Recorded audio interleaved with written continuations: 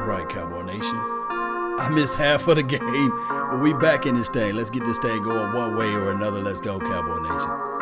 I don't know what's going on with the score, who's up, who's down. I see we down right now. It is what it is, Cowboy. All right, Dak Prescott shotgun formation. He lobs the ball to, he almost caught the ball. Number 85. Let's see what they can do with it. 3rd and 9, right? We got the first down. The guy's rolling around. Let's see what happened with this play, man. Let's see what's going on. All right, 85. Hey, Noah Brown. Let's see what happened. Separation. Got the hand check. Give me the PI. You can't push the guy out of bounds. Where the PI at? You can't do that. He never turned his head around for the ball. That's okay. Are they flag whooping us today? What's the temperament? Let's see what the temperament is of the game. Hey, you can't push the guy out of bounds. Are they flag whooping us? What they doing today? Let me know, Cowboy Nation. Let me know, because I'm just not tuning in. So you guys got a chance to watch most of this stuff without me. So I hope you got your lucky socks on, Cowboy Nation. I hope you got your lucky hat. Bring that back. And then also, with that being said, guys, we got to figure out a way just to win each series. Remember, this is a long game. It's not over with until the fat lady starts singing. So do you guys hear the fat lady singing? No. So let's get this thing going one way or another. Appreciate those who tuning in. Let's go, Cowboy Nation. Maybe we need to get this going on.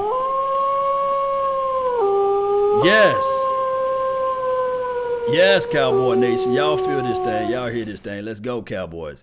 Let's G-O.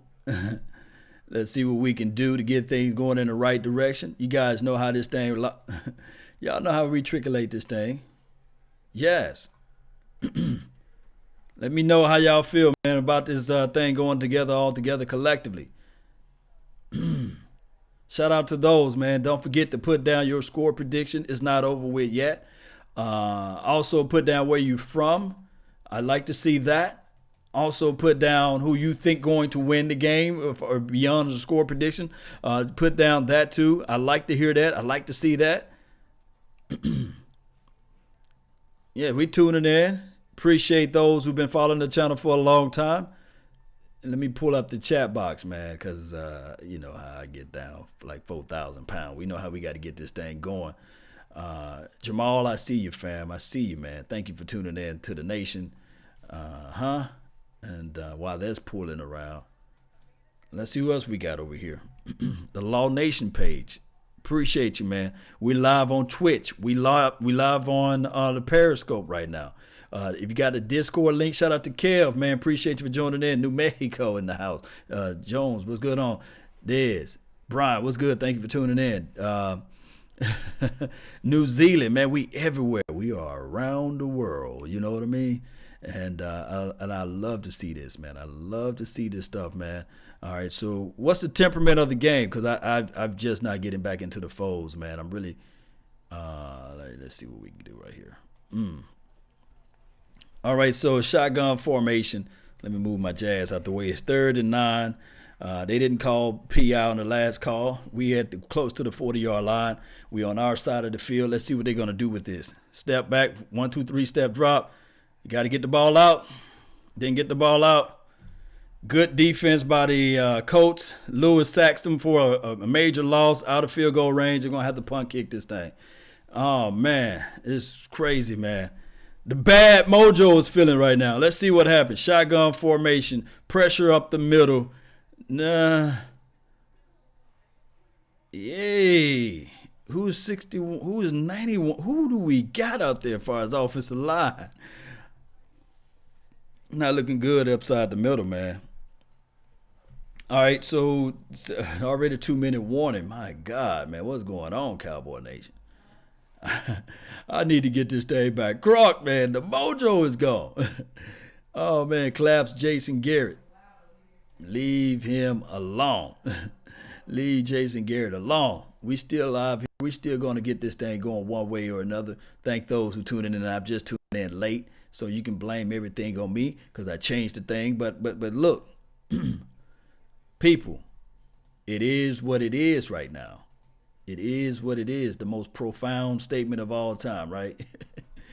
All right, let's see what we can do to get this thing going back to the right direction. those who out there, let me know how you feeling right now about this game. 3 sacks and throw the ball. Victor Medley. Hey, I got to wait and see what they doing covering out there. Mandingo on the Periscope said Dak Prescott. Okay, keep that same energy all day then. All right, Cod, what's good with your burner? Appreciate you for tuning in to the nation. New QB, we'll see about that. Sheila Neal, we can't seem to get into the end zone, red zone, money zone.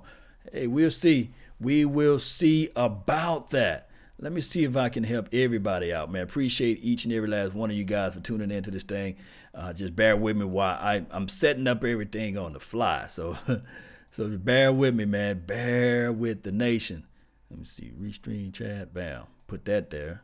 And we're going to make this thing visible so everybody can see. There you go. So your stuff can be out there into the universe so you can't hide with your statements. Appreciate it. Just keep it PG-13 if you know what I mean. If you got to swear, I understand that. But just make sure you put some asterisks and stuff like that down there. So let's see where we going with it. Play calling again. That's what Simone saying right now. Play calling is horrible right now. Lord, give me one of the Wolves. Clifton, yeah. You know I'm about to, hey, y'all rocking with the nation now, so we're going to really pump this thing back up, man. When the defense playing, we're going to put the fire behind me, you know. Until the offense do something well, we're going to see what we're going to do with the offense. But we need to have this offense picking it back up. Yes, I can give you a howl, though, you know, howls by request. But I'm not going to be howling all day if we ain't doing anything. Yes, come on, throw it to the playmakers. Hey, we'll see, man. All right, so how did the Colts score, man? Because I didn't get a chance to see that. I was with family. All right, so we got another Flag City, man. Conservative veteran. Appreciate you for joining in from the scope, man. Appreciate you. Thank you, man. Jay Buck, what's good with you, man? Thank you for tuning in to the nation. Let's go, man. Let's go with this thing. Yeah, from Wichita, Kansas, man. What's good with you? Law Nation, what's good? Hunt for Dak, okay? All right, so let's see what they call it. Is that penalty is on us? Rock and replenish, man. Shout out to you, man. Thank you for tuning in to this thing. Are they flag whooping us, or we are not playing up to par? Who had the ball first? Colts ran it in. Okay. It's flag whip, Emmanuel Nopola. He says flag whoop, okay. Damn, Travis. Hey, Banks, hey, it is what it is. We can figure out a way to get this thing back, man. All we got to do is play our style of football. Just got to get back to the things that make us great. Now, on that last play, Noah Brown, number 85, we saw that the guy pushed him out of bounds. Is that illegal in your books? It's illegal in my books. We need to figure out how to get this thing back around to the right direction, Cowboys Nation. Let's just talk Cowboys football. Let's get this thing going. Stuff up with Dak. Dak, step up. That's what you're trying to say? Yes, what you're trying to say, fam? All right. Dak killing us with the sacks. Yeah, so, man, how many sacks do he got right now? He got to stop getting all those sacks real talk. Wale dropped the touchdown pass. What? Man, I'm missing out on too much ingredients. I wish I can rewind right now. Yes, indeed, man. So far, we ain't clicking yet. I mean, man, what is this? It's going to be first half about to be over with. We got to start clicking. Jay Frank, man, the score right now is 7-0. 7-0. We're behind. Colts are leading. Dak is clueless in the pocket. Dino, I can agree with you in those factors. They need to figure out how to roll him out, get him out of that pocket. This defensive coordinator, he's been playing against, well, he knows all of Dak's weaknesses, so he should be able to expose Dak Prescott tremendously today. That's just how it is. Sheila Neal said the score is 7-0. So, hey, guys, if you ever want to know the score, just keep looking. We got these, we got these people that's helping us out, man. You know how this thing go. Everybody just need to just calm down, pump the brakes, and we can see what we can do to improve this thing. Let's go, Cowboys Nation. Let's go. Do you guys need some crunk music? Do you guys need to get up out your seat? Is it this what it is? Let me just get some battle music up in here, man. That's what it is. Come on, Cowboy Nation. Come on.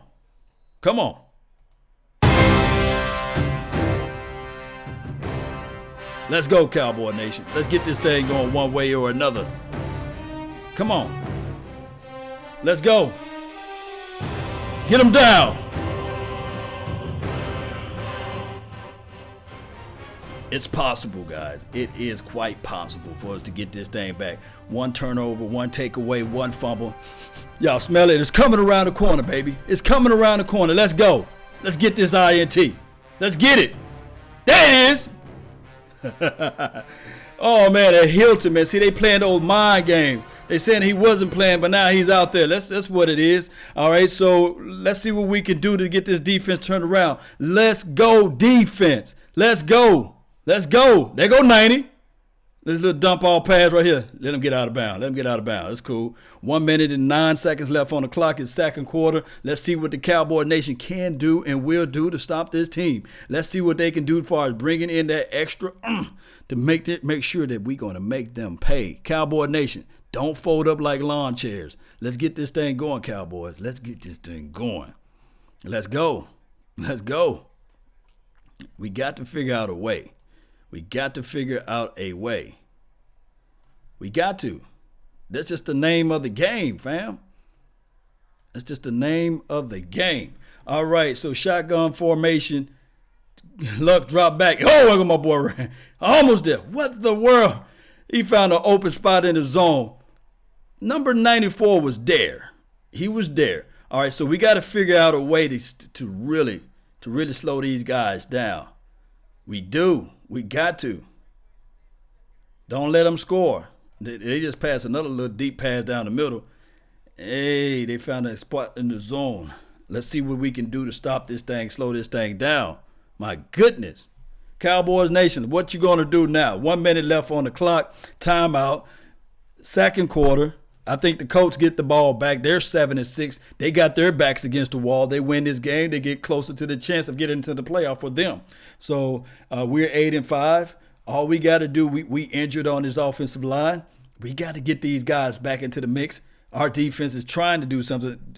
Right now, Andrew Luck is 10 for 16, 102 yards. Hold the coach down. You wrote us some. Yes, well, let's see what we can do. 1 minute left on the clock. They playing press man coverage. This single high safety look. Looks like they're in a nickel formation. All right, let's see what they're going to do. There you go. Catch it. Bang, bang play. Ball pounced up in the air. The dude paid for trying to catch that ball across the middle. Let's make him pay.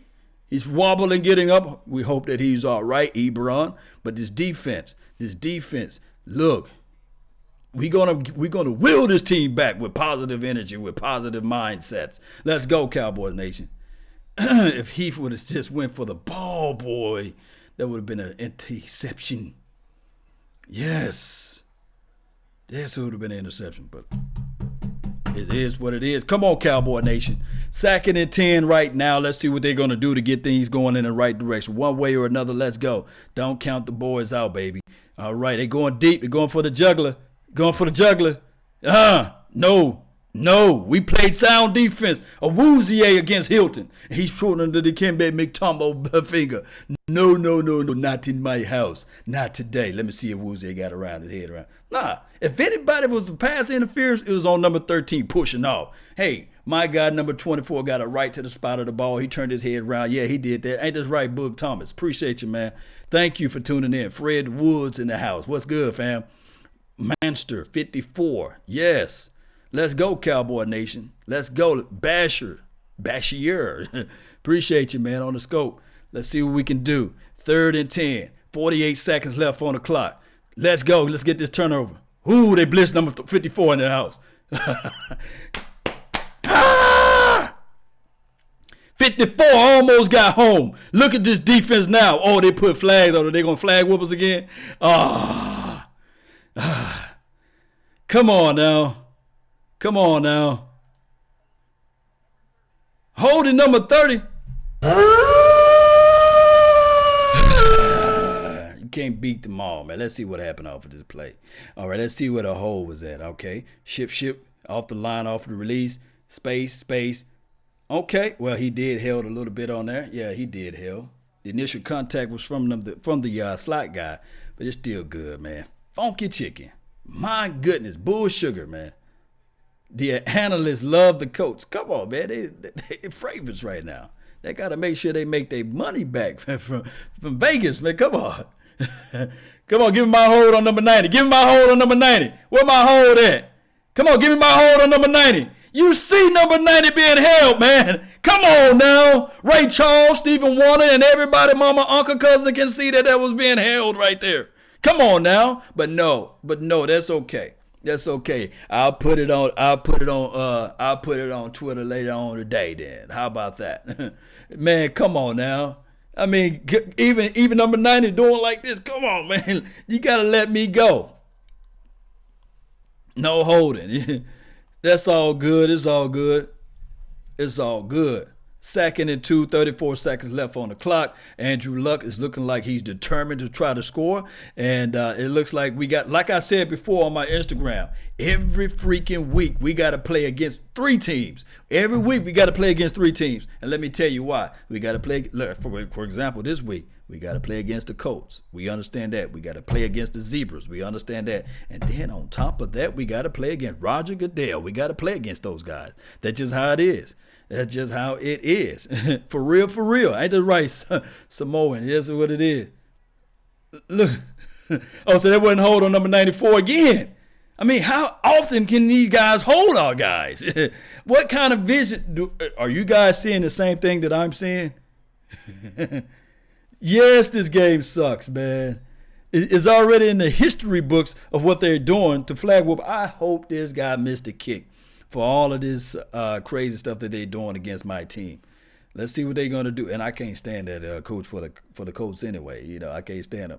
This is absolutely pitiful. But let's see what they're going to do. Come on, Cowboy Nation. Let's rise up to the occasion.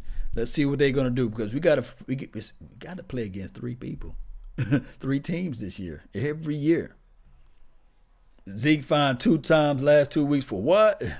Lord Ellis, yes. Even like Ezekiel Elliott mom even retweeted my post what I did yesterday.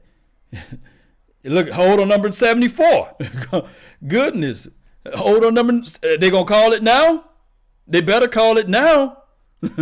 I mean, he was being held. Lean on to everlasting arms. There you go. 10-yard penalty. Come on. Look at this. Okay, they called the wrong guy, but it was also being held. They should throw 2 flags out there. My goodness, these guys are holding on to everything. Another flag, gentlemen. Yes, skedaddle. Yes, it is, man. Let's see what we can do to rectify this thing. All right, so it's 10 seconds left on the clock. They still got their offense out there. They must got a timeout or something. Okay. Look for the dink pass across the middle. Look for the running back to catch this ball in shotgun formation. They're going to do a little draw. Oh, he's wide open. Oh, man. He gets about 6 or 7 yards, positive yards off of this thing. All right, so 2 seconds left on the clock. They lined it up perfectly for this number 4 who rarely missed the ball. But let's see what we can do. We rarely missed a kick, so let's see what we can do from here. Come on, Cowboy Nation. Don't fold up like cheap tents now. We got to continue to grind. Got to continue to find a way. It may be ugly right now, but we got to figure out a way. How many times we were in the red zone, money zone? Cherry said, jinx him. 18 for 22. When you jinx him, you just say, hey, he a perfect guy, right? He makes every kicks, and then only they miss. That's just how that goes right here, man, one way or another, right? We have a lot to clean up, but it's silly on us. Only 10, yeah. They must have made this kick then. My TV must be a little slow. Yeah, they made it right down the middle. 10-0, 10-0. Now is the time where you can earn your keep, right? NFC East champs with the boxing gloves on it. Cubo 88. Debbie, what's good, man? Thank you for tuning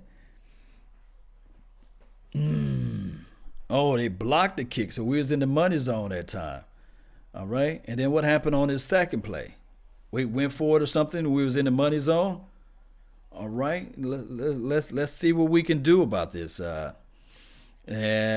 So supposedly we shooting ourselves in the foot, right? And also we getting flag whooped here and there. That's okay. Can we score points? Jay Buck. I just made it back, man. I just made it in here. So we got to figure out We look worse with Sean Lee on defense.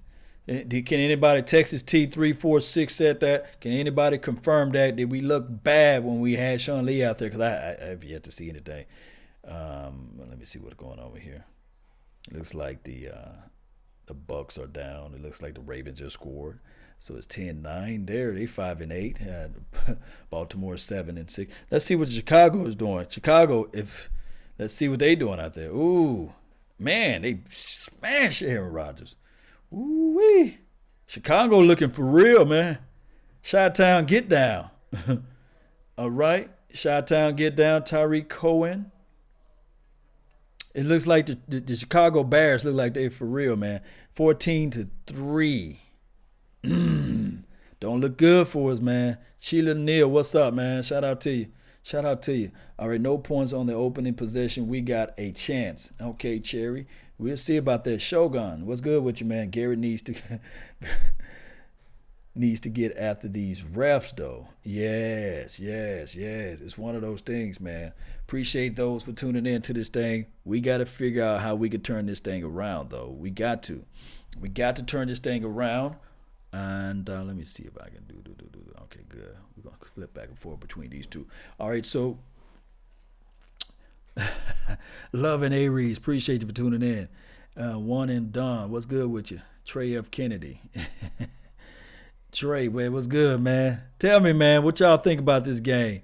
Bobby, Aaron, all y'all, man, what y'all feel about this game? Zeke needs some help because play calling is trash breeding. Okay, Townsend, what's good? Y'all think the Browns make the playoff?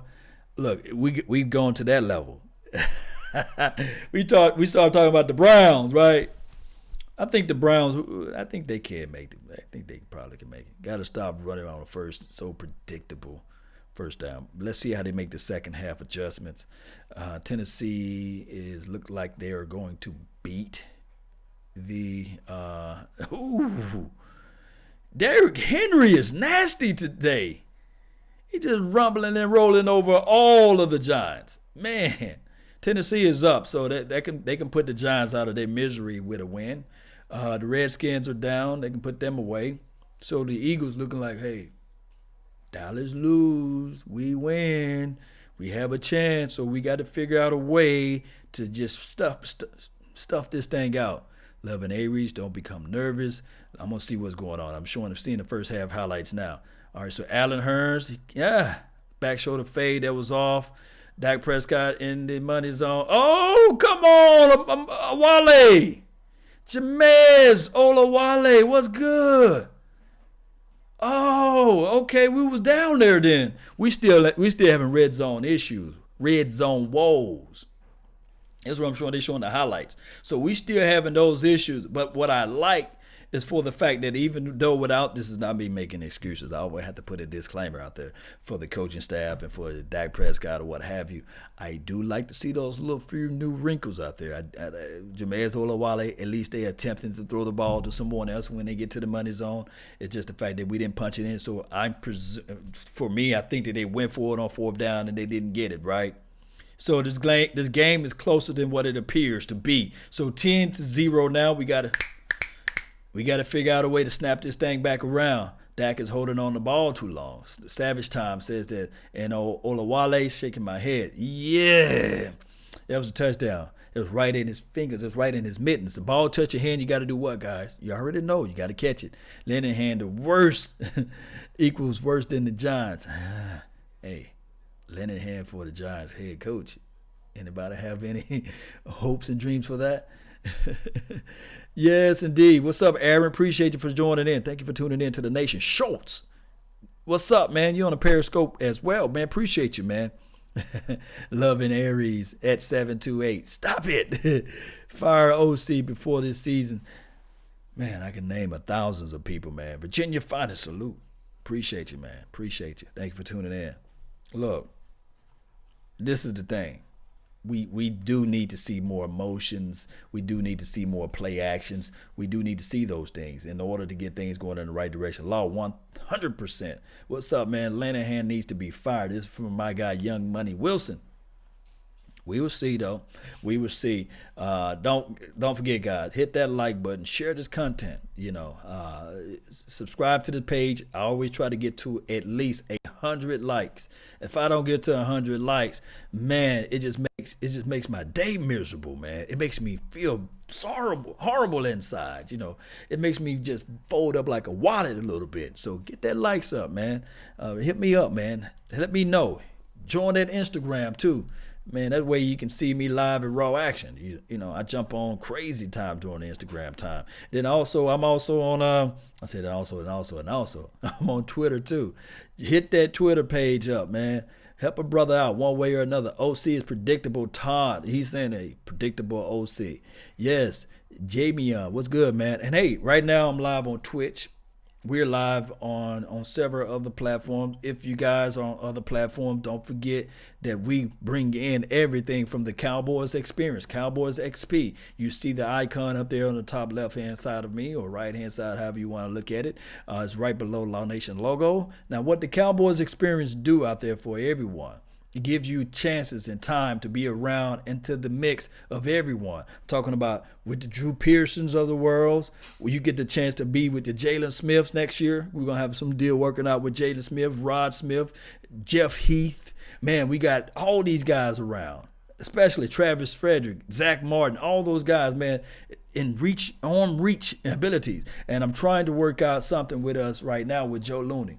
Maybe we can lock Joe Looney up into a room with my brother from another mother, Vaj Lombardi. So that's what we doing, man. That's what we trying to grow this thing. And Billy Joe, what's up, man? Dallas is playing like they want to go home. Yeah, it seems that way. Play stupid football. This is from Andy and Boogie. Shout out to you, man. They need to play, man. I like Law Nations and Law Nation 2.0. Appreciate you guys. Yes, we internationally known right over here, man. Virginia Finest, yes. Buck Richards, man, what's good, man? Thank you for tuning in. All right, let's get this thing going, man. Angel, what's good? It's not Scott or Dak. That was an easy catch for the fullback. He just dropped it.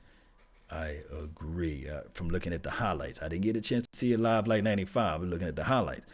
This is from Cowboys Sweet. He's talking about, let me see, you going too fast. Slow down. Let's see where we can go back up. You guys see me. I'm in control now. Let's see what we're talking about. You would never find a forehead like Stephen A's. And let's see, Dak, please work on either running when you is open, damn ball, throw the ball away. Flag. That's the series of the game. That's first quarter, I believe. Sup, Law. How's you? JT, what's good, man? Shout out to you, man. Thank you for tuning in. Easy catch. Yep. Hey, I'm an Eagles fan. Brandon and Morgan. Shout out to you, man. This game is important for the Eagles fans, believe it or not. Because if we lose and the Eagles went out, there still can be a situation where they can get back into the dance. We trying to shut the Eagles down. But shout out to the Eagles fan that's in here, man. Emmanuel, what's up, man? Thank you for tuning in to the nation, man. Really appreciate it. Really do. Thank everybody for making the dedication to the nation. Let's go. Guys, how many yards? You guys going to have to help me out. Since I didn't get a chance to see the first quarter, and bits and pieces of the second quarter, what have you. How many yards do Ezekiel Elliott got? Do anybody have the stats? Whoever the stats officials in here, let me know. Post them in the comment box. I need to know how many yards Ezekiel Elliott got, how many passing yards do Dak Prescott got right now, and also who's the receiver out here to catching the ball. I saw a little pass from Cole Beasley while I was setting up everything. He was dealing a nice little deal. So who needs to do it? Mandingo says Dak ain't it, man. It is what it is, Mandingo. Billy Joe, the only thing that's happening right now is the tight end play is looking good. Okay. I got to look at that. Let me see with my phone. Let me see with my phone. And my phone is right here. Let's see what we got going on right now. Like I said, appreciate everybody for tuning in, man. Hey, it's Dak. Is Dak the man? Let's see what we have here. Let's see. All right. Come on, let's go. You see, I'm dripping in Cowboys Nation. Even the phone says so. 64 for Zeke. Okay, is that total complete yards, or is that 64 passing yards, or that's 64 rushing?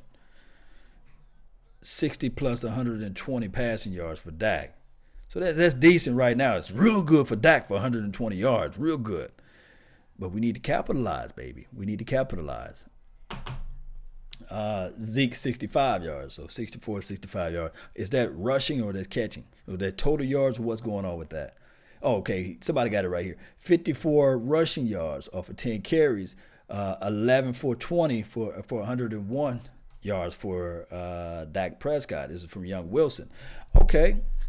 So stats are showing that we can move the ball a little bit. We're just not putting the money on the board. So what we need to do is regain our focus. I think the Colts get the ball back, right? So the defense going to have to stop Andrew Luck. They're going to refocus too.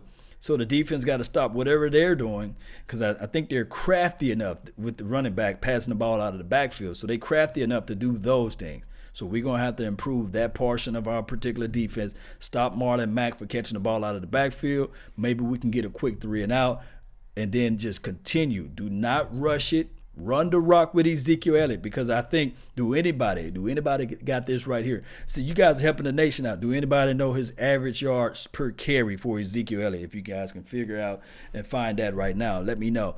All right, so let me see. We got new messages right here. Yes. Look at everybody joining. Nicholas Cooper, appreciate you for joining in. W.M. Roberts, thank you for tuning in. The professional veteran, appreciate you. Let's see what we can do to get this thing going, though. We got to get this thing going. This is the longest halftime report ever. I'm ready to watch some football. Win, lose, or draw, baby. Yes, indeed, man. I'm ready to watch this football, man. They got all this. Let me just tune this thing up a little bit, Dan. Let me just do this right here, because we ain't crunk right now. Let's get this thing going, man.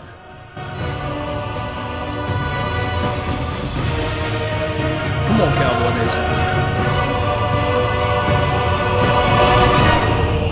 Come on, Cowboy Nation. Let's get crunk, baby. Loud.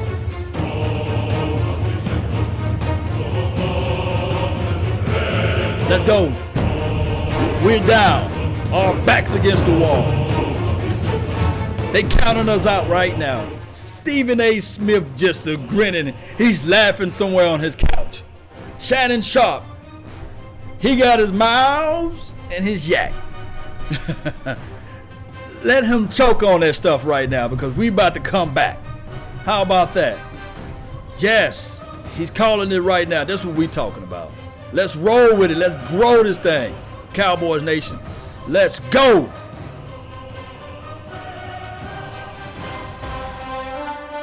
If you ain't crunk right now, I don't know who you are. Let's go. Kickoff time, baby. Let's get these turnovers, baby. Let's get this turnover. Let's let that luck roll out, baby. Let this luck roll out, baby. Yes. Let's go, Cowboys Nation. David Alexander the Great. Let's get this thing going, baby.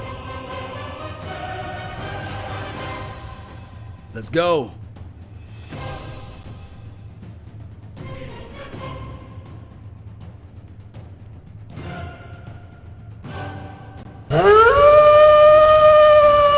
Let's go. There they go. They finna come now. They finna come now. They finna come now. You see that energy? 2nd and 10, baby.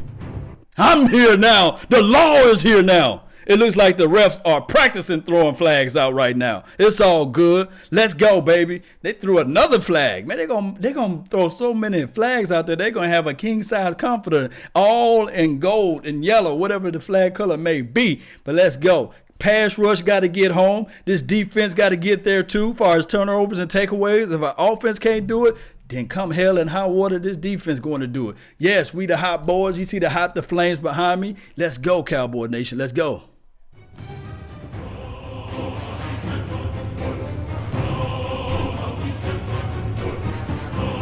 Shotgun formation. They're rotating 81 out to the edge here. They're motioning him out. Let's see what they're going to do. They got Marlon Mack to the right hip of of the quarterback. Let's see. He gives him the ball. It's crazy. Dang, he got to that edge. He got to that edge, man. That offensive line is something real. I haven't been seeing this. Man, let's see what happened off of this play. It looks like Heath, good block by him. 98, he didn't get his, it was no block. Okay, good crease off the edge. I cannot lie on that. Number 25 got around to the edge. Everybody laid a hat on a hat, but this defense, you got to explode through that, Crawford. Explode through that block, let him pay. Somebody got to do something. Yes, he howling now. David Alexander, he said he's howling now. Thank you for the donation to help grow this thing. One way or another, let's go, Cowboys Nation. They got their first down. Let's stop them off for this down, though. Let's go to it. Let's get to it. There my guys go. There my guys go. Get him out to the edge. Get him out to the edge. He's running the rock. Dang, he ran for the first down for the rollout. Man, we got to stop that popcorn offense. Come on now. Man, they coming around that edge. They got some good guys rolling out, kicking out block. Watch this kick out block. Man. All right. Kicked out. All right. Number 72 got away with a block in the back. That's okay. We ain't going to call that. All right.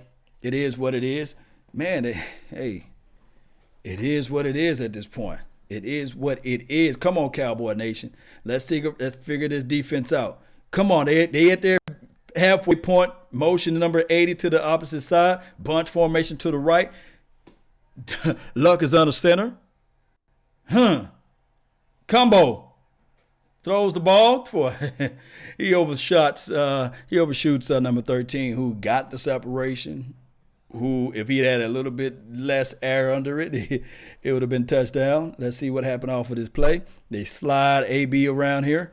Oh, they got messed up on the bunch formation. But shout out to LVE. Shout out to LVE for running stride for stride almost with number 13. LVE. Let's see what they're going to do now. 2nd and 10. 2nd and 10.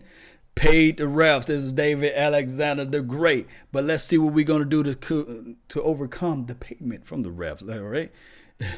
Ooh. Man, this guy took that Marlon Mack, man. He's got some explosiveness out of that burst, man, out of the hole.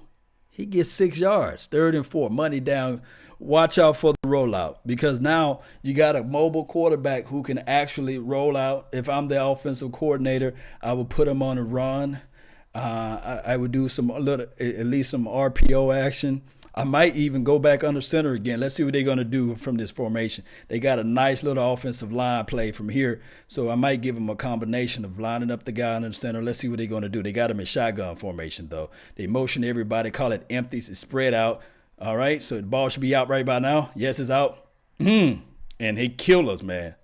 They killed us with that bunch formation. They didn't know who to jam. This offense is very fluent. You saw when you line up everybody bunch formation, 1, 2, 3, the ball is out, and they didn't know who to hold. They double teamed the tight end, and my guy LVE got lost in space. Number 21 was wide, the world open. If to me, they should have singled up everyone. They shouldn't have double teamed.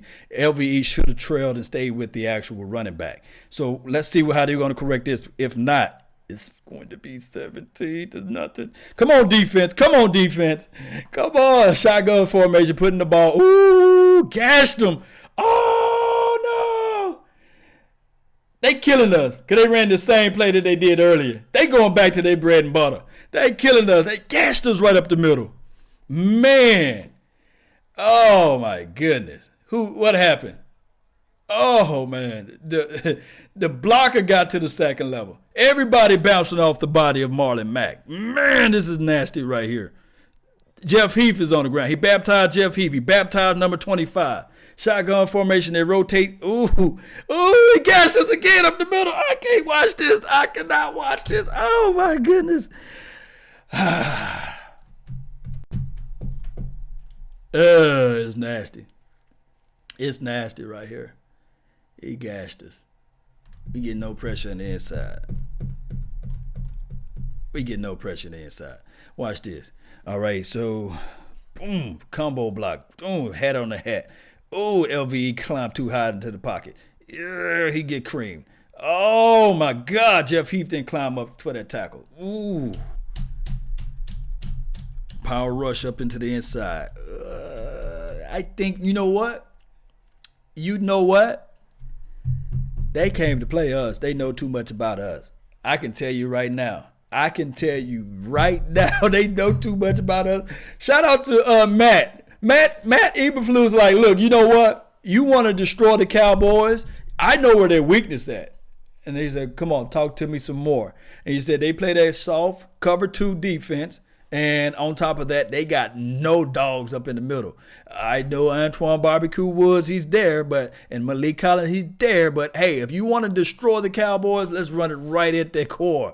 And David Irvin is out. You don't have no big plug that can just gobble up and into the inside. D-Law, he going to get around to the edge. Number 94 is going to get around to the edge, but that's okay. Use their strength against them. Let's go ahead and run the rock right up the middle.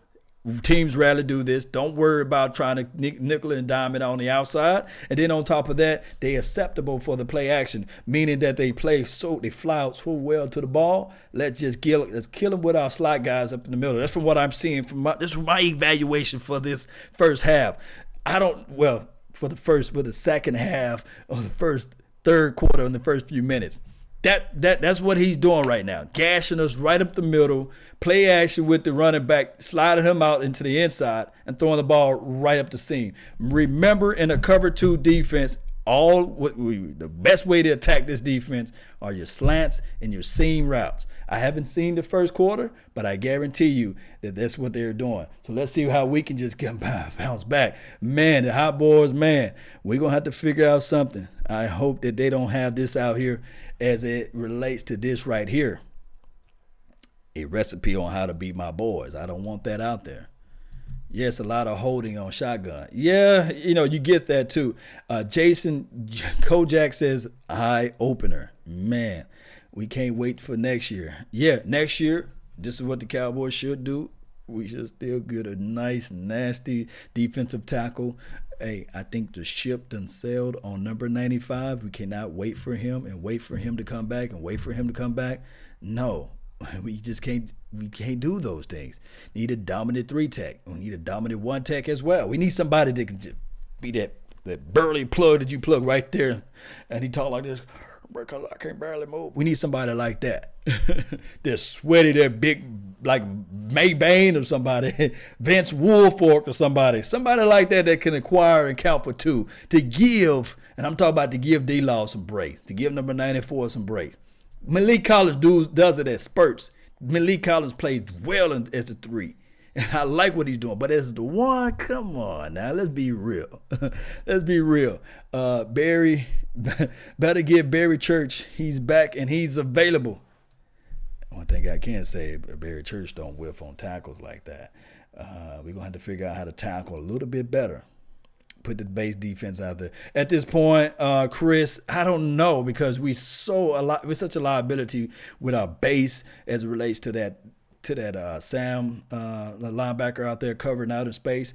And I think that with this particular offense that we're up against, once they see that base, they rotate their running back out there, or they motion the tight end and running back on the same side. And it's a liability for number 57. That's being real with you. All right, so let's see what we can do. 17-0. Woo! Let's see if the Cowboys can come back. Come on, Cowboys. Silver and blue to the day I die. Somebody open. I saw it. There you go. Get up and run some more. Give it to me. This is what makes you a man right here, Cowboys Nation. 17-0. You're down. Look. You're back against the wall. Let's see if we can just go out here and let's see how this adjustment is as well. Coming out for this halftime. Let's see what we can do. It's 10 minutes and 55 seconds left on the clock. We can't do the TOP situation now. Time of possession is against us right now. But we got to at least put some type of money on the board. I like the I formation. Offset I. Ezekiel Elliott, the path for the right. Ooh! Them doggone shoelace tackles. Ezekiel Elliott with a 7-yard, 6-yard run. Let's go, Cowboy Nation. Don't forget, we wounded. We're seeing their best offensive line. And it's our offensive line that we got kind of like D grades on. These are not excuses, though. It's not excuses. Don't think it is, though. We're not at full capacity right now with our offensive line play. All right, so Dak Prescott under center, steps back, stumbles, Throws the ball deep. Flag on the play. Something had to be out there. Amari Cooper couldn't get the separation. Dak kind of led him too far into the inside. Let's see what it has. Third and 4. Let's see what they're going to do with this thing. Third, it's the money down right here. This is the money down. 2 catches for 16 yards. Come on. Come on, Amari Cooper. We're about to score on this drive. Stephen Cardwell. Let's go then. Let's go. Stand to your feet. Let's get this thing going one way or another. They just seem flat. They do. They do. They seem a little flat. Remember, we haven't accomplished anything. Step up. There you go. Got to make your man miss, Zeke. All right. I always got to do this. No flags, right? First down.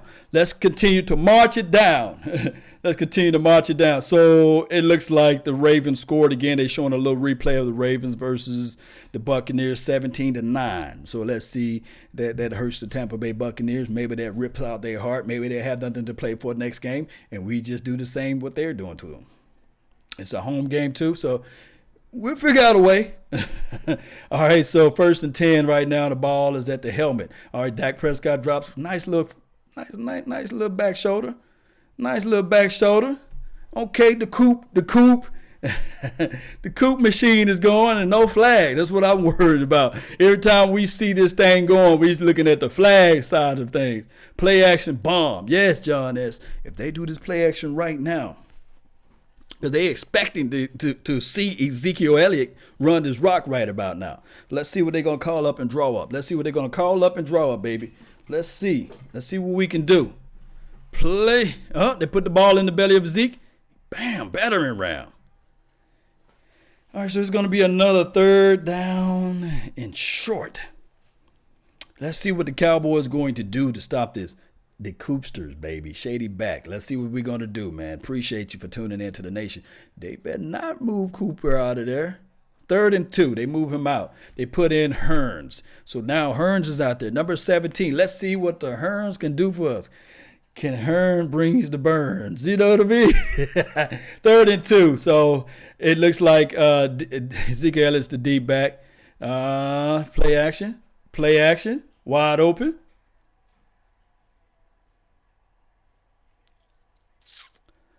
On that play, instead of throwing directly to number 89, just direct it to the outer edges there. Let's see what happened. All right, play action. Everybody got bit. Well, you couldn't do it because he had to take safety over the top. Hooker. Oh, good defensive play by number 35. So it wasn't a bad pass by Dak. It's just a good play by number 35. He snatched the ball out of our hands. 4th and 2, and we going for it. All right. I ain't going to say nothing. Jason Garrett got some cojones on him. At least make him fall. Oh, Beasley. All right. And then every time he catches the ball, flag city. I can never get comfortable with us catching big plays because every time I look up, it's some type of flag. But let's see what they're going to call. Come on. Come on, refs. Come on. What a hold at? It better be a blatant hold. Come on. Okay, number 96. Okay. Hey, he's falling down, though. He's not pushing him down. Come on. Every Sunday, it's Dallas Cowboys versus the refs versus Roger Goodell. And if you think I'm lying, you're not watching the game. I can pull up tape after tape after tape, and we'll see the exact same thing. On big plays, I'm always at the edge of my seat because there's always a flag nearby. It's always one, especially if it's something dealing with momentum. It's always something of that nature. I'm surprised it might be another flag now. You know, might be another flag coming around the corner. Hey, we ought to just start predicting on every big play, where's the flag, because it's just crazy. Now, watch this. Now, this is not me just because I got the silver and blue on. You guys see. Just because I got that on. We're going to watch and we're going to look at the holds that should have been called on this particular drive. You'll never hear a word of it. You'll never hear the ref saying, You never see them blow the whistle or throw the flag. They're going to swallow their whistles and everything like that. It's totally, yes, Shogun, it's totally biased. Because on that play, just because the opposition fall down, that's not on the actual offensive guard fault that he's falling down and he can't hold on to himself. But it is what it is. Drop by Jarman did hurt. Yes, Swaggy. Yes, it did. It hurt. Dallas fan, we're done. It is what it is. Now, if they go down here and score, you might can say it for this particular game. You can stick a fork in it. But we'll see. I just got the news that there's a flag on the Dallas during the commercial. Look, Cyber Galaxy, it wouldn't be a surprise to me. They go to commercial break, flag. Let's just make sure that they can write the narrative so they can pump up the ESPNs for an entire week, NFL Network, because they know for sure that when the Dallas is winning, that all of the other owners are kind of go like, oh man, why y'all only covering Dallas?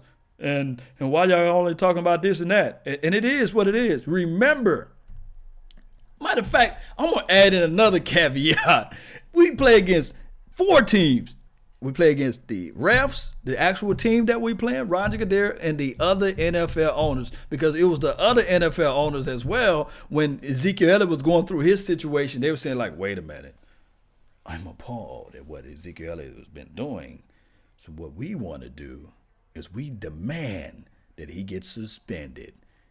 Cowboys were 13-3, and he's got all this stuff going on. We declare we want to be able to have an investigation going, and we will foot the notes. We will foot the bill, whatever it may be. We want this guy. We want to demolish the Cowboys because Jerry Jones is high on the sauce. And then all of a sudden, Jerry Jones said, you know what? I'm going to appeal everything. And on top of that, although you guys are voting Roger Goodell's ends for the worlds of adding more money to his salary deal, what have you, I want to have that questionable too. And what I think the NFL should do, they should have it where it's just like the governor or just like presidency, that these commissioners, they only have terms. And an 8-year term should be the max completely. And 4-year term, every 4 years, they got to go through some type of evaluation or voting process. They should have it that way. That would better the NFL. Because now you know for sure that these guys are just not lying in their pockets. Okay, a little better pressure up the middle. Maybe we reviewed our tapes and maybe we saying, okay, we're going to destroy the middle of that deal again because they're still trying to run it up into the inside. Let's see how the defense respond. Let's go defense. Chris Torres, let's go. Top rated. Thank you for joining in to the nation. Really appreciate you. Thank you for being part of this thing. The refs shouldn't be helping anybody. This is from Shogun. Yeah, well, people, refs, they only got 16 weeks out of a year, and 5 weeks for playoff for preseason, and a couple of weeks voted in. Cool. There you go, D-Law. D-Law makes the tackle. Mack is just explosive. He still gets 4 or 5 yards. 3rd and 5. This is the money down. They doing a hurry up offense. Let's go, Cowboy Nation. Let's go. Hurry up offense. That's it, Law. It's conspiracy against the Cowboys. Big D for life. Yeah, and then a lot of people don't want to hear this. A lot of people don't want to hear it. Deion Sanders, what's up, man? Appreciate you for tuning in. Let's go, defense. BD, we need a stop. Yes, we do, BD. Yes, indeed. Let's see what BD. He said we need to stop. 3rd and 5. Hurry up offense. All right, shotgun formation. Watch the running back, number 21. All right, they didn't get number 13 for the false start, but let's see what we're going to do from here. All right. He looks. He throws it deep down the field. He made an adjustment on the ball. Look, all right, I love Cheeto, but he's not a man-to-man on number 13. That's a mismatch. That boy, he beat him with a double move off the edge there. Let's see what we can do from here. It's 1st and 10. They throw the ball deep down the field. He caught my guy number 24 with the double move. And it is what it is out for this, man.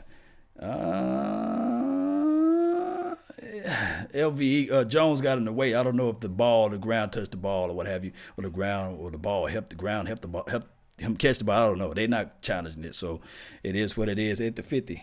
They hit the helmet.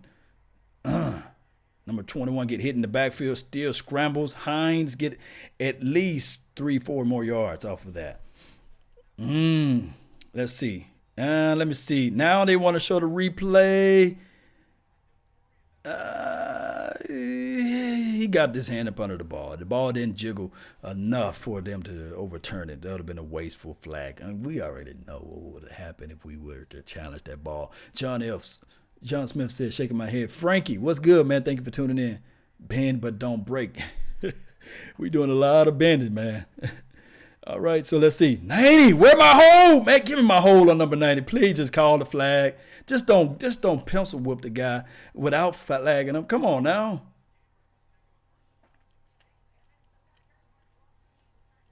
All I'm saying is number 90 getting held off of that play, and he's scrambling out to this edge. Tell Jerry Jones to pay the refs on time. Official bully. Oh, man, the Green Bay Packers done tied this thing back up. Green Bay Packers. The smackers. Defense is not clutch today. Yeah, but this is not looking good for us right now. 17-0. Let's see what we can do, man. Defense, Colts are holding all game long. Let's see. Oh, got the first down. They gritty, man. This team, this offensive line for the Colts, nasty. They are nasty. Colts holding all game long. This is from BD as well.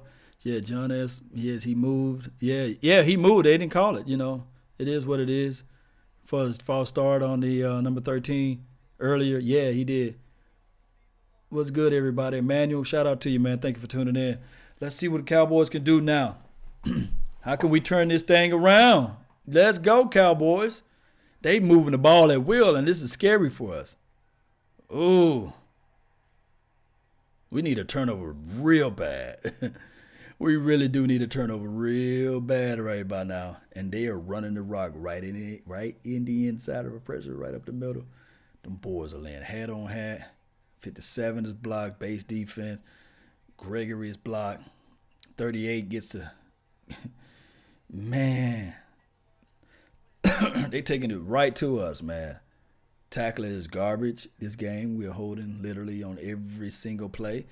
Yeah, let's see what they do off the ball. Shotgun formation. They moving the ball at will. This is crazy. Don't let them break through there. All right, so it's 3rd and short right now. Come on, let's rise up to the occasion.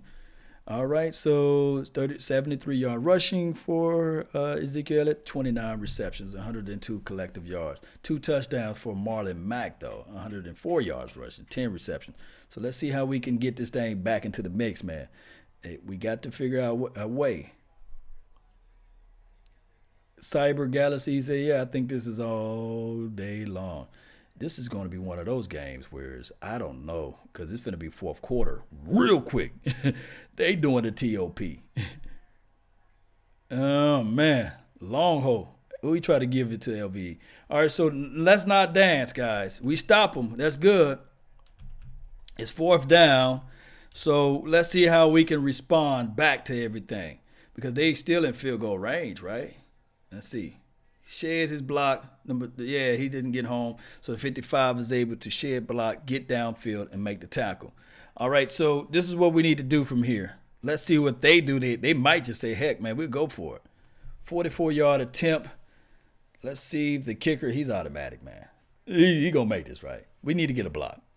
No flags now. No flags. He's automatic. 20 of them to nothing.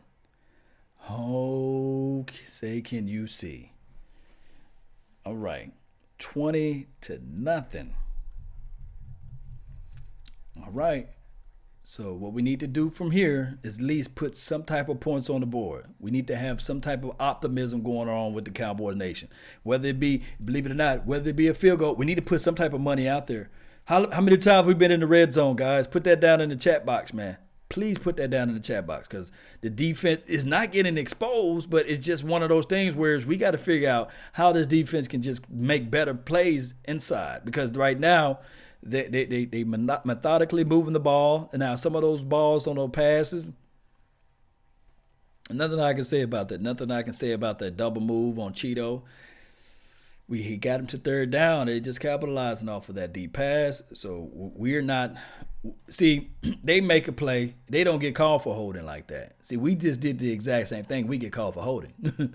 So we're going to have to figure out how we can just outperform the refs and things like that. That's just the bottom line. I'm not calling this stuff conspiracy theory law. I'm not calling it that, but that's just what the eye see. All right, so let's see what we can do, Cowboy Nation. We got to figure out how we can score off of this particular deal, man. Really appreciate everybody for tuning in. Let's go, Cowboy Nation. Let's go. Let's go. Let me know how you guys feel, man. Let me know. Because right now, it's not looking good for us. I'll just be honest with you. It's not looking good right now. Let me see. I got too many windows open. Let me see. Let me know if you guys seeing any chopping or any breakage or things like that. So that, let me see. Output is low. Let me see if I can fix these things up. While I'm fixing this up, let me see. Video output low. You guys are so far behind. This thing lagging like, oh, let get out.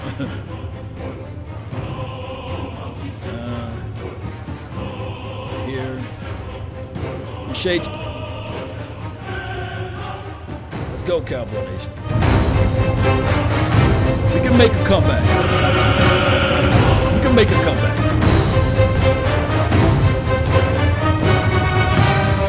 Let's go. It's not over with yet. It's close to it. Yes.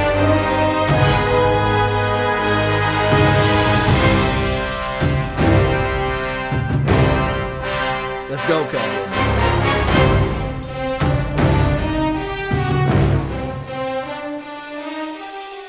One way or another, baby. Let's get this thing going, man. Let's go, Cowboy Nation. Don't fall into the trap. All we need is one touchdown. It's 1 minute and 36 seconds left on the clock. This is when greatness becomes possible.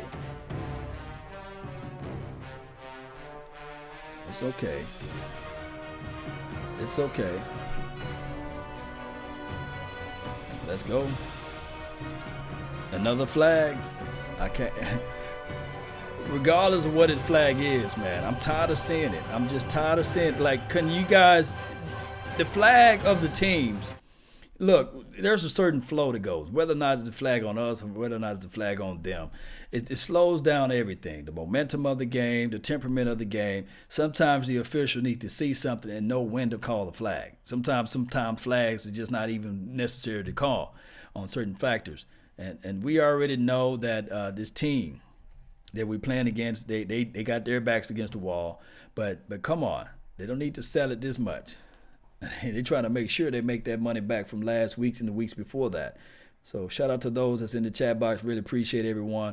It's still possible for us to make a comeback or at least make it competitive enough, because that's what I want to see. As long as we compete, and we're right now, it's hard for whenever we make a big play that all of a sudden we see things that goes around as far as getting the call back. So we need to fix up those things immediately. We need to. We really do. We really do, man. Appreciate you guys, man. Too many flags. Collectively, that's what my guy Triple X said. Too many flags. It's just too many, regardless of whether or not it's against us or on us, man. Come on. Officials got to call the game to stop stretching it out with the flags now. Some of these plays, like you can hold it on every call. I understand that. But to me personally, when you just have flag after flag after flag, it's just too much, NFL. It's just too much. Dak misses throws. John Davis, yeah, he's going to miss throws. He's going to miss throws. That's just what it is. Jerry Jones want to know, should we pay Dak Prescott with no help? Law Nation with the situation. What's the situation? Clap, clap, fire, fire, clap, clap, ghosting right now. I don't know, man. You still, at this point, every game like this, can you really put it all on the coaching staff, or can you really put it all on the Dak Prescotts of the world? Can you put it all on everything of that nature? This team is looking horrible right now. And then on defense, they moving the ball inside. So every game is the evaluation game, but it's still at the end of the day, you can't just base it upon just this particular game. There's many games that you can look at it from the other aspect of it too. So let's just stay focused. Jake says, where's Sean Lee? I don't know. I hope he's okay. Allowing too much time in the pocket. Hey, what you expect if you send in everybody vertically? And then on top of that, was it Dak Prescott's fault when Cole Beasley caught the ball and moved the ball up the field and all of a sudden a phantom flag? Notice when that flag occurred. Remember, if you look back, and I'm not trying to be conspiracy law today, but if you look back at every big play that we do, the flag is not until after the play has been accomplished. That's something that's cause for pause right there. It's after the play been accomplished. It'll be different if they throw the flag before the play occurred. It will be different. But let's see what we can do from here, man. Shout out to everybody that's tuning in to the nation. Let's go, Cowboy Nation. Let's roll with it. Let's rock and load with this thing. Let's go. Ezekiel Elliott running the rock. Come on. These shoelace tackles, Zeke. You got to break through those, man. I love what you're doing. I mean, you're the number one running back, but good Lord. Pick them legs up, man. Man, the shoelace tackle stopped this man from getting at least 25 to 30 yards down the field. Let's go, man. This game is fixed. This is from Gerard. Yeah. Sick mind of Hoskins. What's good, man? Appreciate you for tuning in from the Twitch. Thank you for being part of the nation. Come on, hurry up. Townsend. Yes, let's see what they got. They got another injury. Woods, I believe that's his name for the Colts. He's not getting up quick. He's number 99. Let's see. Let's have a little prayer for him. Let's hope that he can get things back. Dallas Nation, Esco PTV. Appreciate you for tuning in to the nation. My prediction, 27-20. Dallas. So 21-20, I meant to say. Okay. We'll see. That means the defense is going to lock them up for 1 quarter and a little bit over. We need Emmett. That will be D saying. Emmett's so low to the ground. Emmett's so low to the ground. He don't allow those little shoelace tackles. We'll see, man. We will see. So the time is continuous. 1 minute and 15 seconds left on the clock. 2nd and 3. Let's see if we can overcome this. Stepped up through his throw. You see his target. And there's our flag after the play. So let's see what they're going to call. Is this finally a call that's in favor of the Dallas Cowboys? Or for crying out loud, they might just call offensive pass interference on number 13. Knowing what we got out here. Alex Dry says, embarrassing performance by our team so far. All right, so there's a flag. Let's see what happened off of this release. 31 got him locked up. Gives him a little jip. Grab the hand. Forces to turn around to the inside. I don't see the flag, actually. It just phantom flag right there. See, the officials on both sides are just horrible, man. That's a good defensive play by the opposition, but it's all good. Give us that then. 1st and 10. All right, step back. 1, 2, 3, stands, throws the ball to Zeke. Just go. Batter rams it. Get the first down. Let me see him awake because I don't want to cheer and get all crunk because there can be a flag out there. It's like the tales of the flag. You will never know. The flag monster is coming to a neighborhood near you. They wearing zebra stripes. All right. Dak Prescott gives the ball to Ezekiel Elliott. He dances. He gets about 1.5 yards off of that run. All right, so 2nd down and long. Let's see what they're going to do right now. Deion Sanders said the commentary on this game is trash, bro. I can guarantee you they probably be talking about all types of stuff about. Let's see what they're going to do, man. John Davis, what's good, man? Come on, pick up the pace. Yes, they doing it. Okay, step back. 1, 2, 3. I'm looking at the foot. Ooh. Kind of overshoots Ezekiel Elliott coming across that edge right there. Eagles crazy. Eagles were sitting there enjoying this. 3rd and 9. All right, let's see what we can do. Come on, be aggressive with a couple plays. So it's 3rd and 9. They bark into play, defensive play to see what they're going to figure out what to stop on the Cowboys. He already know what the Cowboys about to call. I guarantee you Matt Eberflus already know what they about to call. So let's see what we can do to outsmart and outwit the young defensive mind of Matt Eberflus. Let's see what they're going to do. Shotgun formation. He's pushing. He's rotating everybody to the left side. He's pointing to the left side. So he trips to the left. Well, mostly the sign up to the left. He's pointing. He's looking. Hold the ball. Pull the ball back. Ball bounces on the ground. Flag is thrown in the area of a hold. Let's see. It's flags. I'm tired of these flags. They should have a flag limit where they say, okay, the refs only can throw 3 flags or 4 flags a quarter. That would be crazy, right? That would be crazy. All right, so what they're going to call now, the flag monster has a raging flag monster holding the Dallas Cowboys offense. We see it. Offset penalties, right? The flag monster is here. Oh man, I'm gonna have nightmares of some eyeballs over some flags, and it just floating like a ghost. John asks, "What the F?" We can't get a break, even though we get a big pass. It's gonna be a flag. This is the way this game is. 3rd and 9. They got everybody, mama, uncle, cousin in the box. Zero casino blitz coming. If you don't motion your hot out. Oh, the slowest guy in life, they give it to you. Come on, he ain't going to get that first down. I love Cole Beasley. I knew he wasn't going to get that ball. Short area quickness there, but come on now. He's not that type of receiver that's going to just shoot upfield and get that first down. Come on, man. I know this right here, that the end of this quarter, it's a smackdown. Smackdown for first 3 quarters, 0 points. Don't go for it. Kick this ball in. Make sure you punt this ball into the inside and see what you can do from there. I'm tired of these stream plays. These little ghost streams, smoke streams. Hey, Eve already knew. Flus already knew that, hey, this is what they're going to call. Yes, indeed. And then we gotta go against the flag monsters too. So there's something crazy. Plan calling again. For real. Yes, indeed.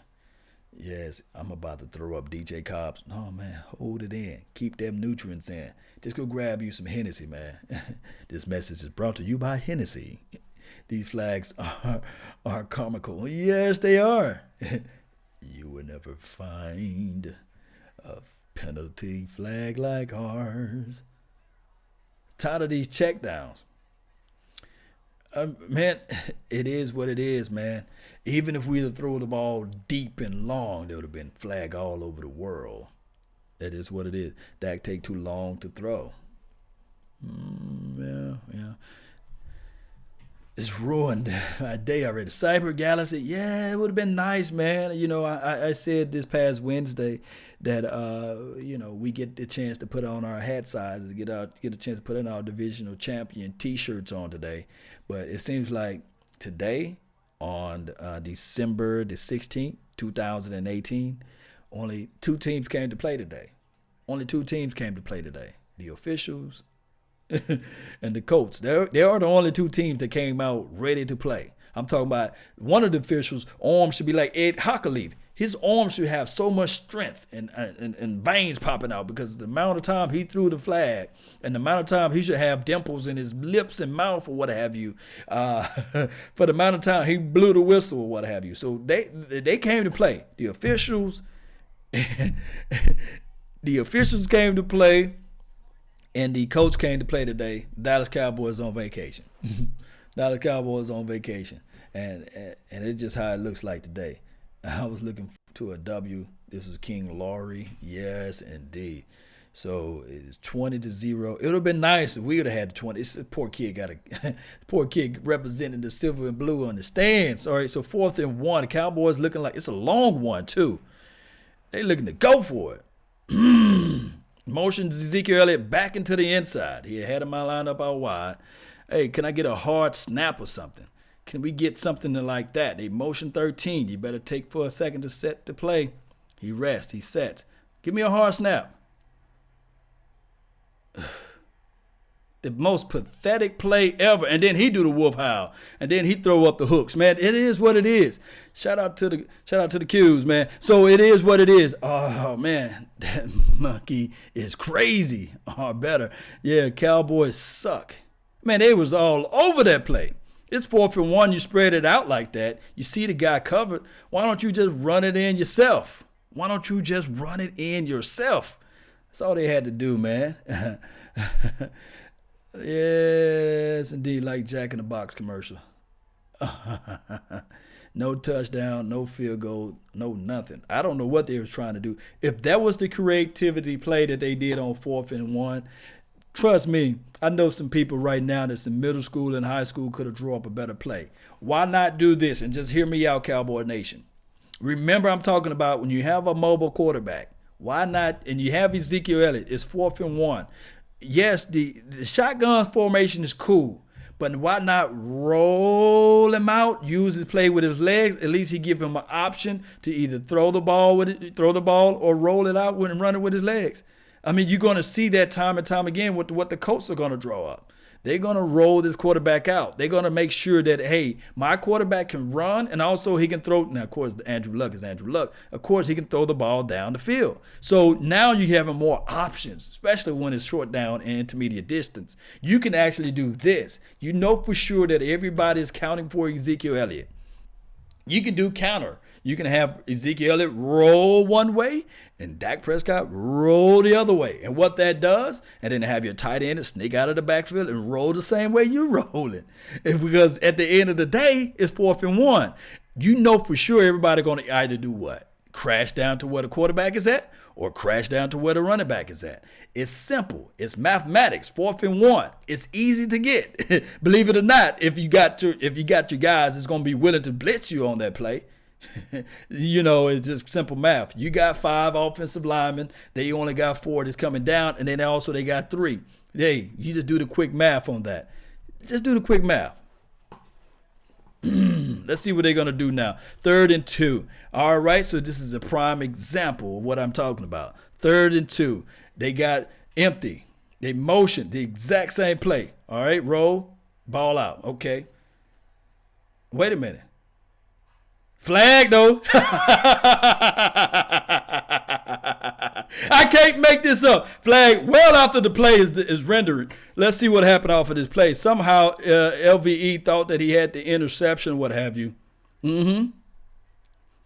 Every time. It's after the play is over with, the flag come out. Let's see what happened, though. Ball bounce. Ball hits off his hand. Glove bounce off his knee. Hit the ground anyway. LVE, okay, I'll give him that. If Jones didn't cuff him a little, if he just put his hands on his back and didn't cuff him and turn him, then they'll let that play go. He cuffed him just a little bit. Just poor technique from Jones off of that play. But on top of that, remember, the flag came well after the play was done. So that's just how it goes, man. And then they run. They might throw another flag for a hand to the helmet. Yeah, look, if I'm lying, if you're a Colts fan, come on, let's just talk about this. Let's bring everything home. Why do the flag come exactly after the play is over with? And I'll sit and wait. Let me know. It is what it is. And it's always after the play has been called. It's like the flag came exactly after the play was over with. Like, okay, let's throw this flag now. Not during, not while the play is occurring. It always come after. It's like, okay, do you get the message? Throw the flag. All right, so watch this right here. Power rush up the middle. They killing us in the inside. That's the recipe right now to beat the Dallas Cowboys. Just run the rock right up in the inside. King Laurie, what's good, man? Frank Wycheck is the key to the Eagles' success last year. Dino, Anthony. Yeah, Frank is doing Reich. How you say this man's name? Newsflash, Lanahan is fired. The Cowboys need to stop going for it too, man, on 4th and 1 and 4th and 2. Look, put your defense in better situations. You putting this offense on a pedestal for them to score each and every time, giving them a short field distance. You got to play a little field control football. That's part of the game too. And gang tackle, gang. It looks like they might hold them. It's 3rd and 4 maybe? 3rd and 5, 3rd and 4.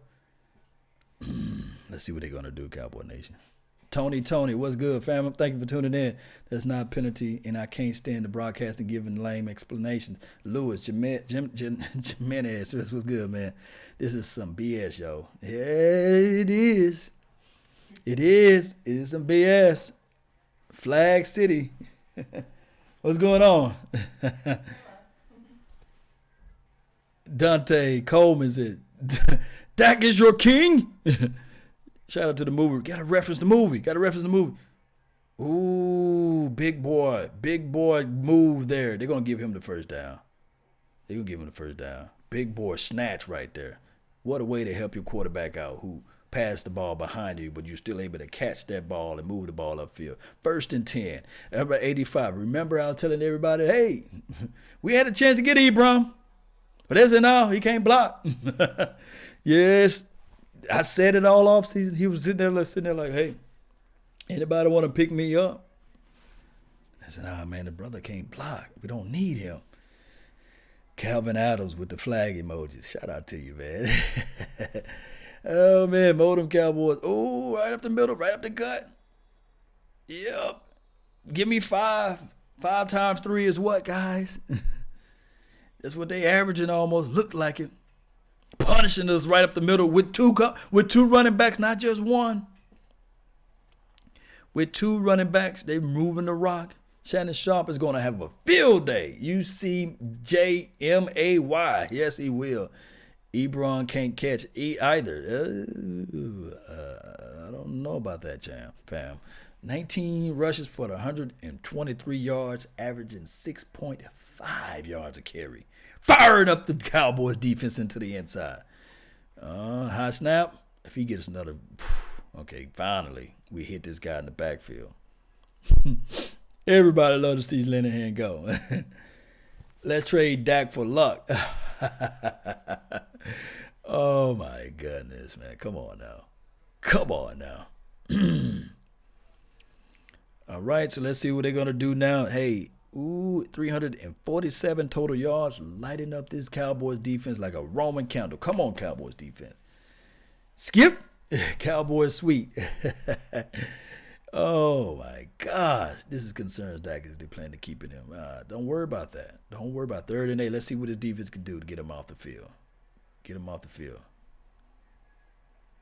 There you go. They're going to flag!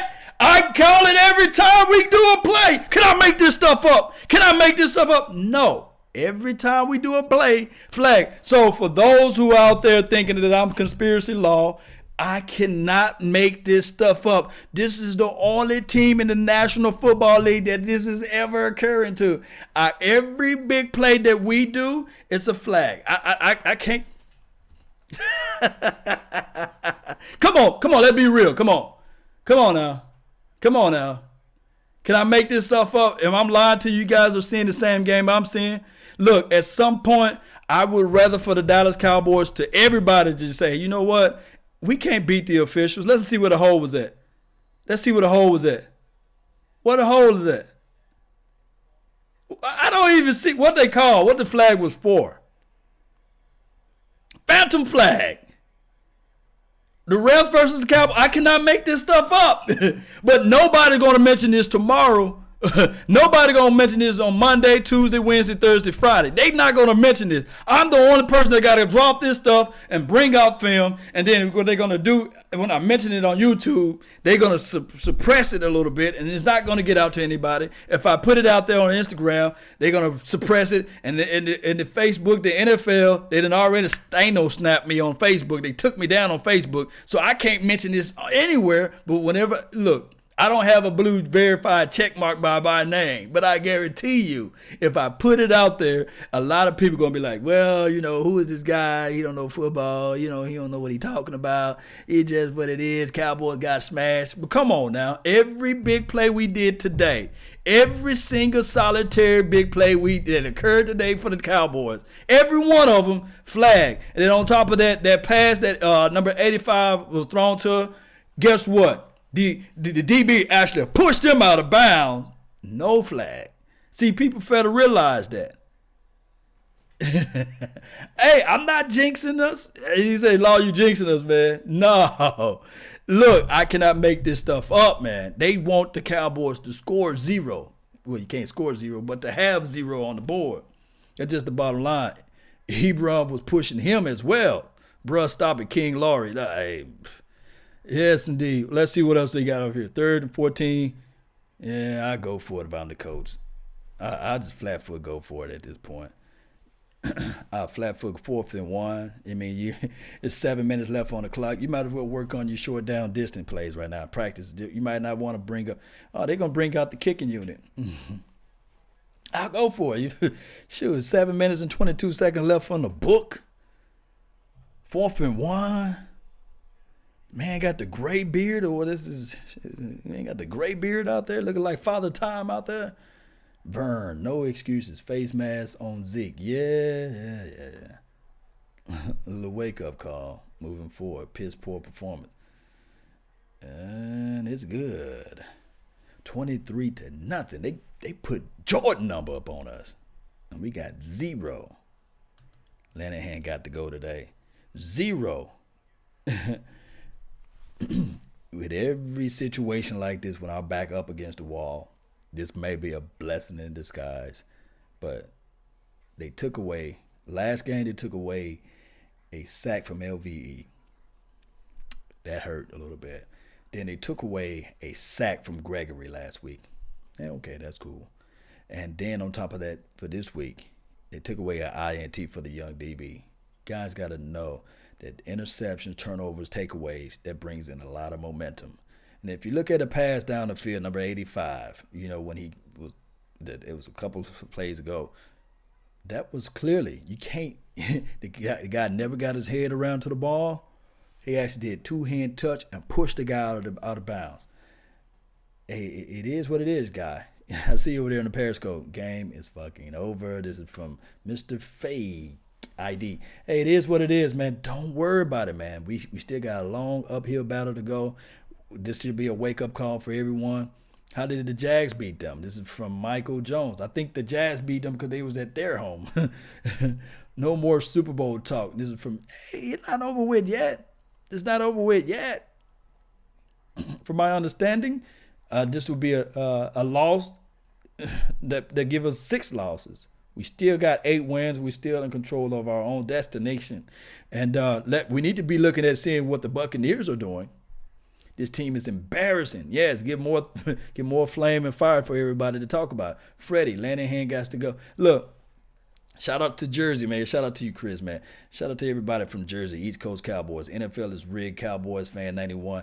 Let's not speak too much the truth. Got to fight now. David Alexander, yes, you got to continue to prize fighter. I saw the movie Creed last night. That Creed, he got his butt beat down. Apollo, Adonis Creed's son, or whatever his name, he got beat down. Busted spleen, kidney, hurt when he peed. Baby had a baby during the process. Baby couldn't hear. He had all type of things against him. But the amazing thing I noticed, not a real life movie, but the moral of the movie is everything. He continued to say, you know what? This is something that I love to do. This is my passion. And fighting this guy, Drago, son, is everything to me. And I'm going to get back out there in the field, and I'm going to fight him. But I'm going to train better. I'm going to figure out what I need to do to capitalize everything better. And it happened. He got back in that ring. And this is what the Cowboys need to do next week. Get back in that ring. We down. We out right now.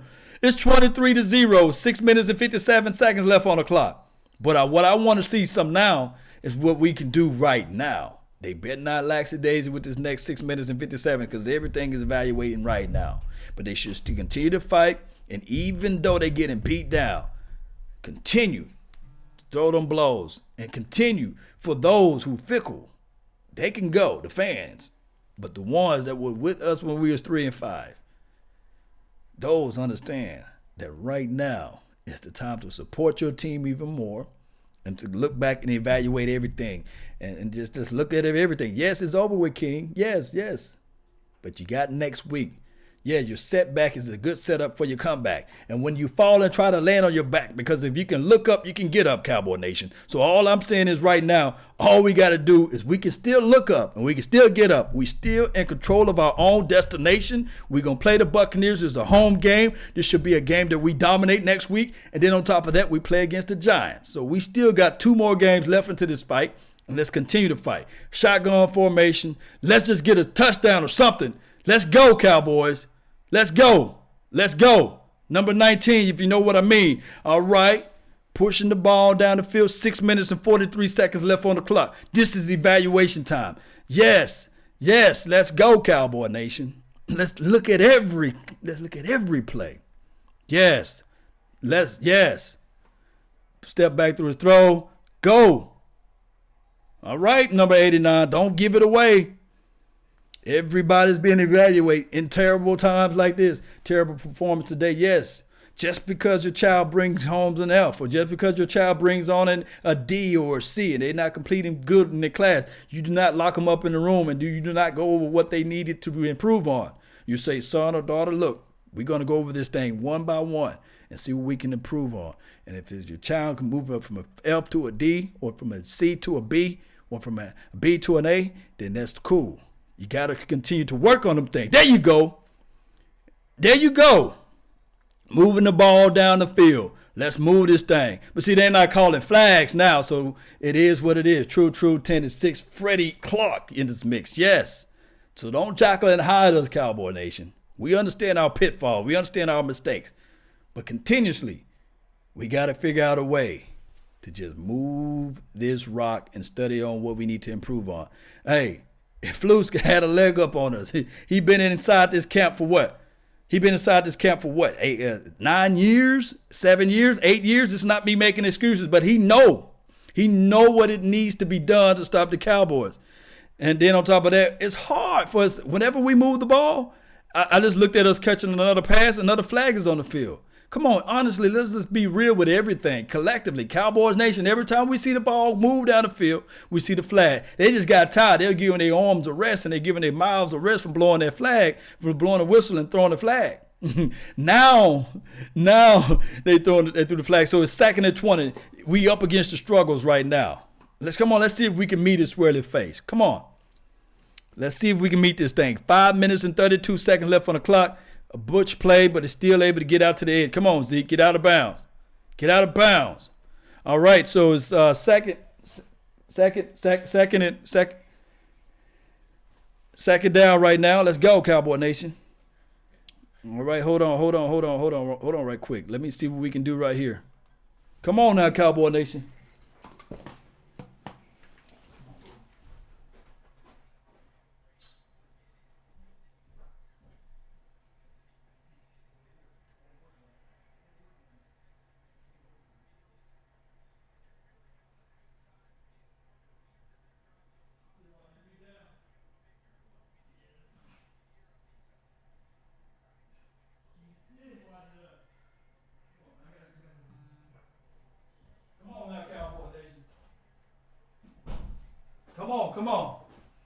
Come on now. Yeah, my daughter had came in the room, so I had to see what we can do to get this thing going. All right, so what is another flag I missed out on the play? Let's see what we can do right here. Let's see what we can do right here. Appreciate everybody for still being part of this thing. 4th and 14. Yeah, those flags are out of control. The ref needs to go back to referee school. So looking at the picture right now, yes, 8 and 6 right now will be the Colts record. Let's see what we can do to get things going in the right direction. Samoan says he's out. Appreciate you for tuning in to the nation. It is what it is. Antoine, Mark, Voch been drinking the Kool-Aid now. Let's see what they can do. 17 and they passed the flag. Why do they insist? Hey, please. Figure out a way when it's 4th down and 14 to throw the ball beyond the measures there. I don't know what was going on when they played. I just now made it back. So it looks like it's going to be an egg that they gave us, man. 23-0. They howling in our stadium. And they letting us know that we what they walk on what the Wolves left behind. You know what I mean? 4th and 14, they do a little dump ball pass. Come on. Donuts for everyone. Ooh, we're going to get mollywopped over here as far as the national media. I don't know if I can do one of those reviews plays. You know, when I go back and I listen to Skip Bayless and I go listen to Shannon Sharp and when I listen to Stephen A. Smiths of the world. And right now, he's laughing right now. He got the forehead power going. And Skip guy, he's going to have, I think, Skip Bayless went and throw his jersey right back into the trash can. And Shannon Sharp, this is the thing. This is what I'm seeing right now. Eberflus got our number. That's all I can say.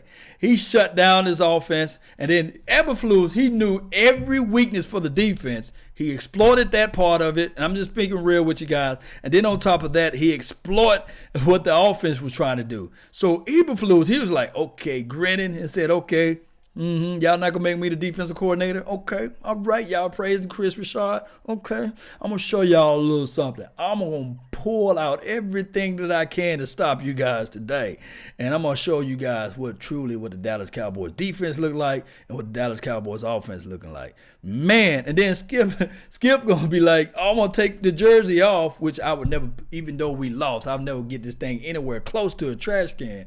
But Stephen A. Smith is laughing with the forehead power. Max Kellerman stuttering, and he's gonna be like, oh, you know. And that's another thing with the Apollo Creed movie. It was a wonderful movie, but it was too much of Max Kellerman out there. Although Max Kellerman might know some boxing, but I know some cats around the street that can outwit and outsmart him with boxing. He just, to me, not that good of a speaker out there talking about, no. Max Kellerman, he trash to me. Also, when you're talking about this too, it's crazy what Shannon Sharp is going to do with the Miles and the Yak. It's going to be crazy, but it's going to be all entertainment for everybody. I wish we do what we can against the Vikings did, and they fired their offensive coordinator. I wonder what the offensive scoring going to be for the Vikings this week, though, or they already played. Let me know. People get on the Dak bandwagon and get followers. This is from Antoine Mayers. I don't know. So I don't know if people follow Dak because they hate him or people start talking about Dak because they like him. I don't know about that. My G, I don't know about that. Smith fans saying, hey, if the game doesn't get Linehan fired, nothing will. Eberflus knew exactly what Linehan would try to do. Too many damn curl routes. Hey, speaking the truth, man. Hey, look, this is a vertical offense. This is a vertical offense. We loved it when Tony Romo was out there because what Romo was able to do, he was able to drop back and say, you know what? They calling the curl, forget that. You're going to run a shallow fade. We're going to smoke screen this route, then we're going to false smoke screen it, and we're going to run you right up the middle. We're going to do a running back draw.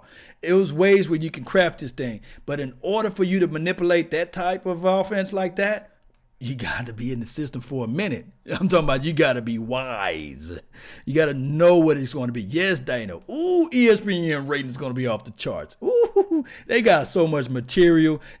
Guarantee you this, a bucket of donuts to this 0 that we got next to the screen right now, and on the 23 points that the opposition got on us, they will not, I'm going to repeat, they will not mention those flags. They would never bring up the flag situation. They say, hey, the Cowboys got holes on this game because they horrible and they play action plays or whatever was trash. Dak Prescott is trash right now. Ezekiel Elliott, he looks like he's lethargic. He looks like he's slow. That's going to be the narrative. Then it's going to be the narrative. I don't know if they're going to talk about Sky Linehan. They might just roll with it. Shout out to you, man, Smith 22. This game, yeah, he said this game. Okay, yeah. Ahmad, what's good with you, man? I wish we do what the Vikings did. Okay, yeah, that was from earlier. My bad. Let me zoom this thing all the way down. Appreciate everybody for tuning in to this thing. Zeke has been great. Yeah, but they're going to still talk about him still. I think they still got a little room that they're going to talk about him. He checks down a lot. Ricky Rodriguez, we just don't know what the play was called. Where they send these guys on their routes, man, the curl, the digs, the comebacks, the button hooks. That's all the routes that we run, and they all vertical. I wish that we ran a little bit more drags and sluggos across the middles and stuff like that, the seam. Make sure you can just run your tight end up the seam instead of having them flip back and block. The flag on every big play that we were able to accomplish, there goes the flag monster. He was sitting there like, okay, I'm back into this thing. The flag monster is here for everybody to be in fear. That's what it looks like to me, man. And that's just the way it is, man. I wish I can say something else about that. But you tell me. You come out and talk to me about that. I like watching you. But you're being an excuse machine. What do y'all supposed to say? Look, at this point, and I'm gonna go back to your name. Who said it? He says, this is from Dante Coleman. Okay, so it's a fumble on the play. I think we jumped on the ball. We can still score then. Let's get that 0 off that board at least. Make sure there's no flag. But this is the thing. When you're saying I'm being an excuse machine, I'm gonna get on you. I'm gonna get onto you, Dante Coleman. And I'm not going to let you make it right now because I'm kind of upset. So when there's a turnover, a takeaway, we was able to get, and the flag is called. What do I supposed to say, Dante Coleman? What do I supposed to say? The player played wrong on that play because he did everything right that he was taught to do, but the officials just phantomly threw the flag on that interception? What do I supposed to say, right? And then also when it's 3rd and 15 or 3rd and 20, they call, regardless of who the quarterback is, they call a bubble screen. What do I supposed to say? I supposed to say, well, Dak Prescott's supposed to override the offensive coordinator and send everybody up the field and throw the ball deep? Come on. He don't have that longitude and latitude. So what kind of excuse is that for me to say for the Cowboys? Come on, man. You watching the same game that I'm watching. Look, we see the problems with this team. Look, when you get into the money zone, Jameis Olawale, the ball hit his hands, and he just refused to go back to anything else, but they go for it, and Ezekiel Elliott and everybody know, and their mama, uncle, cousin knew that they were going to run the ball. So what do I supposed to say? That Jameis Olawale supposed to be in the ball, supposed to be able to stick like glue to his hand? Come on now. You watching the same game that I'm watching. Nice catch to number 11 out there to the edge. It is what it is. I cannot make this stuff up. Every big play that we do, there's been a flag. There's nobody that can say to themselves that last year when you go over 15 games or so, and there's no offensive holding, no defensive holding call on the opposition, but there's tons of holding calls on us. Come on, Cowboy Nation. Let's be smart about the thing. Catches the ball out in the flats. It's just that right now, the officials tired of throwing the flags. One and done. Excuses. Yeah, but you can't handle the truth, but that's all you say. You make a video right now, one and done, and I will listen and I'll put you on this show, and I guarantee you I'll shut you down too, because you can't bring up the facts. You just say excuses, but when I'm bringing you the facts.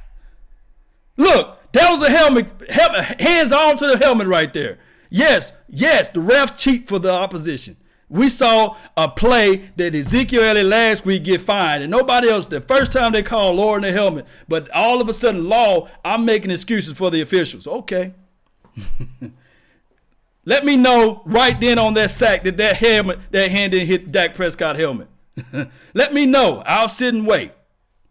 Come on now. If there was any other quarterback, the hand to the helmet, come on now.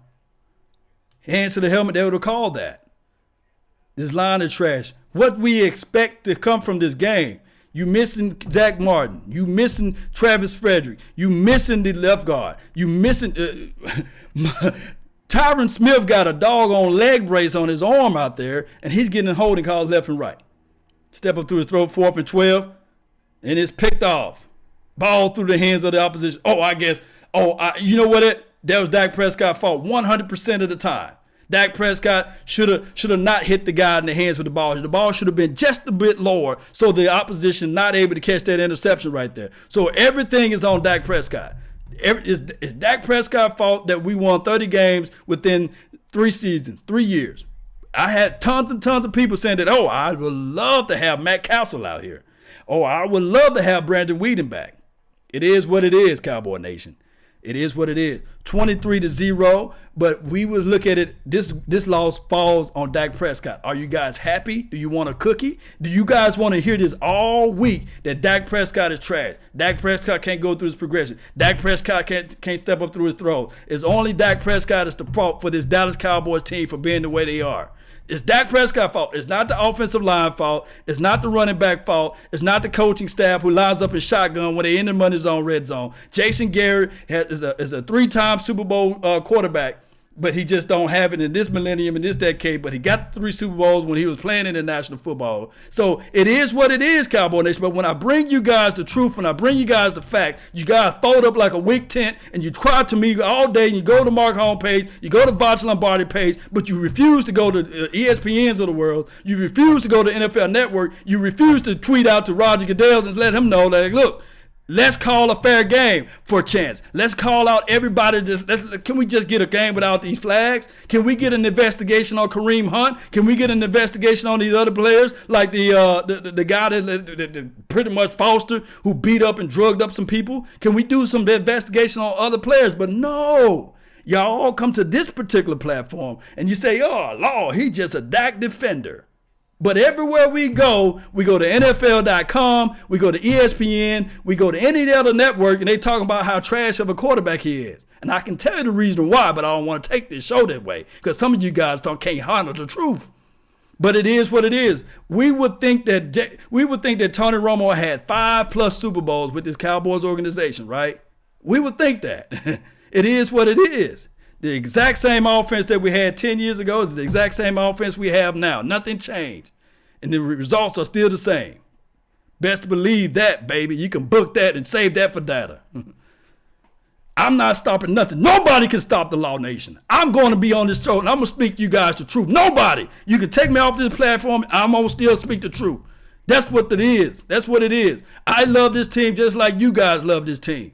But at the end of the day, I'm tired of the fickle fans who all of a sudden we from 3-5. I've been telling everybody, keep that same energy. Keep that same energy. But I just want another quarterback. I just want another quarterback. Okay, go get your other quarterback. But remember, there's still going to be the same things, the same reservations that you have with Jason Garrett will still be the same reservations. It is what it is. It is what it is. Sometimes when you get into a fight and you lose, you do not fold up. You get back next week and you prepare on the things that you need to do to improve from that last fight. Look, at the end of the day, Eberflus knew everything about this coaching staff, whether from offense and defense. So he knew what to call on against his team. It is what it is. But let me know how everybody else doing in the NFC East. I'll sit and wait. Come on, talk to me. Cyber Galaxy, I love Dak, but today was not his day. Of course. It is what it is. Yes, I agree with what you're saying. They love to hate on one. It's an isolated issue. It's only Dak Prescott is the issue. It's not Jason Garrett. It's not Scott Linehan. It's not Jerry Jones. It's not this defense today who are running up they're gashing the team up the middle. It's not the fact that we go for it on 4th and 12 when we do a little shallow pass. They call up a stream play. It's not that. It's only Dak Prescott. It's only Dak Prescott. And I'll challenge anybody. Break out y'all film session and prove me wrong. I'll sit and wait. I'll wait for your film session. I'll wait for your film breakdown. Oh, I'll just wait for all this stuff to come out. Trust me, because the NFL Network, they're going to do it. They're going to do it this week. I guarantee you.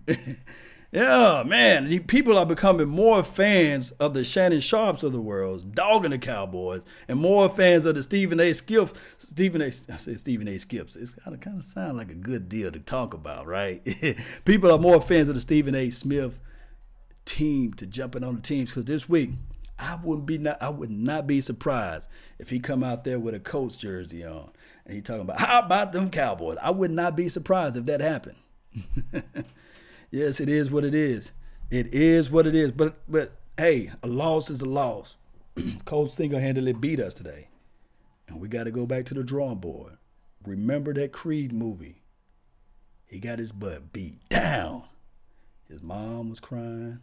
His wife was crying. The trainer was saying, look, the guy's bigger than you. He's raw.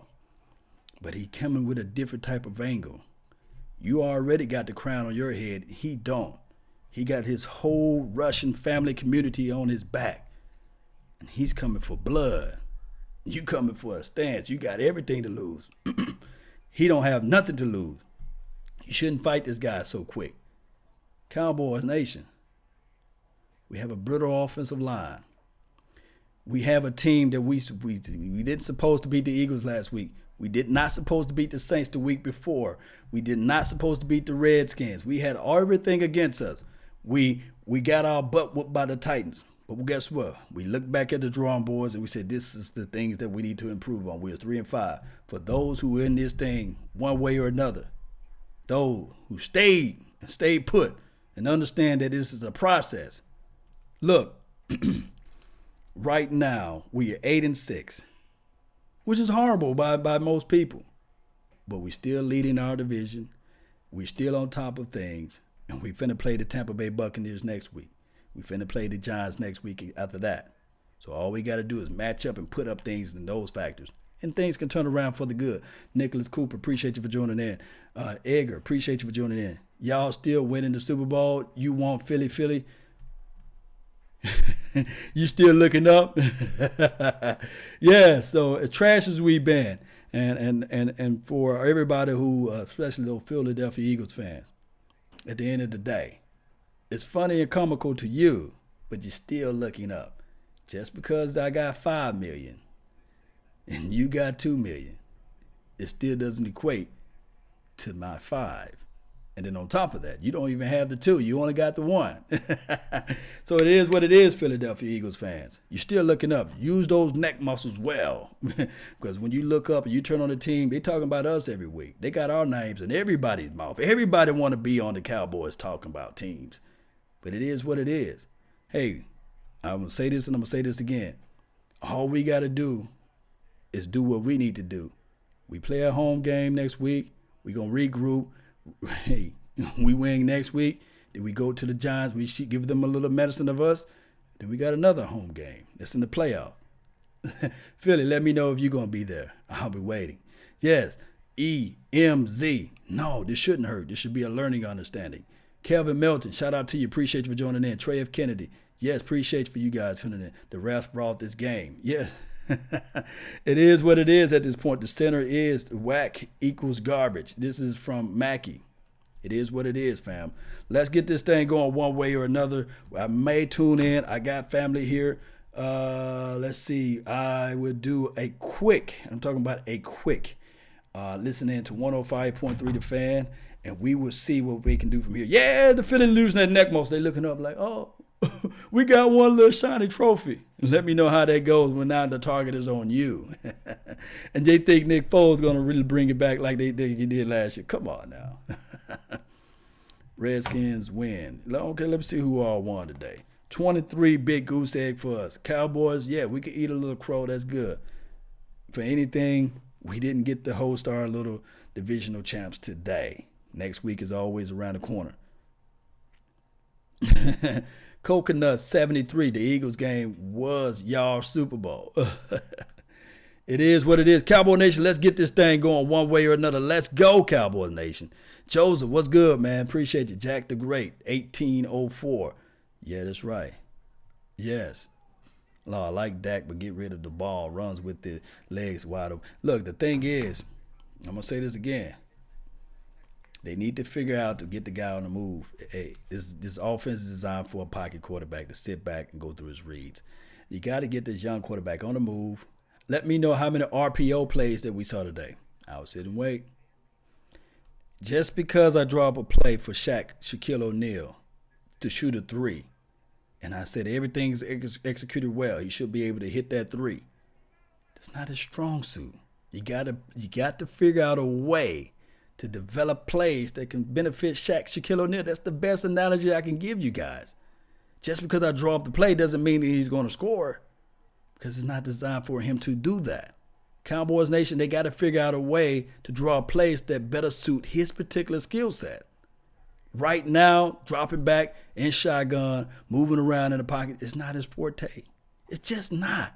It probably would never will be, especially in his third year, especially when you got a quarterback coach that we got right now. And these are not excuses. These are guaranteed facts.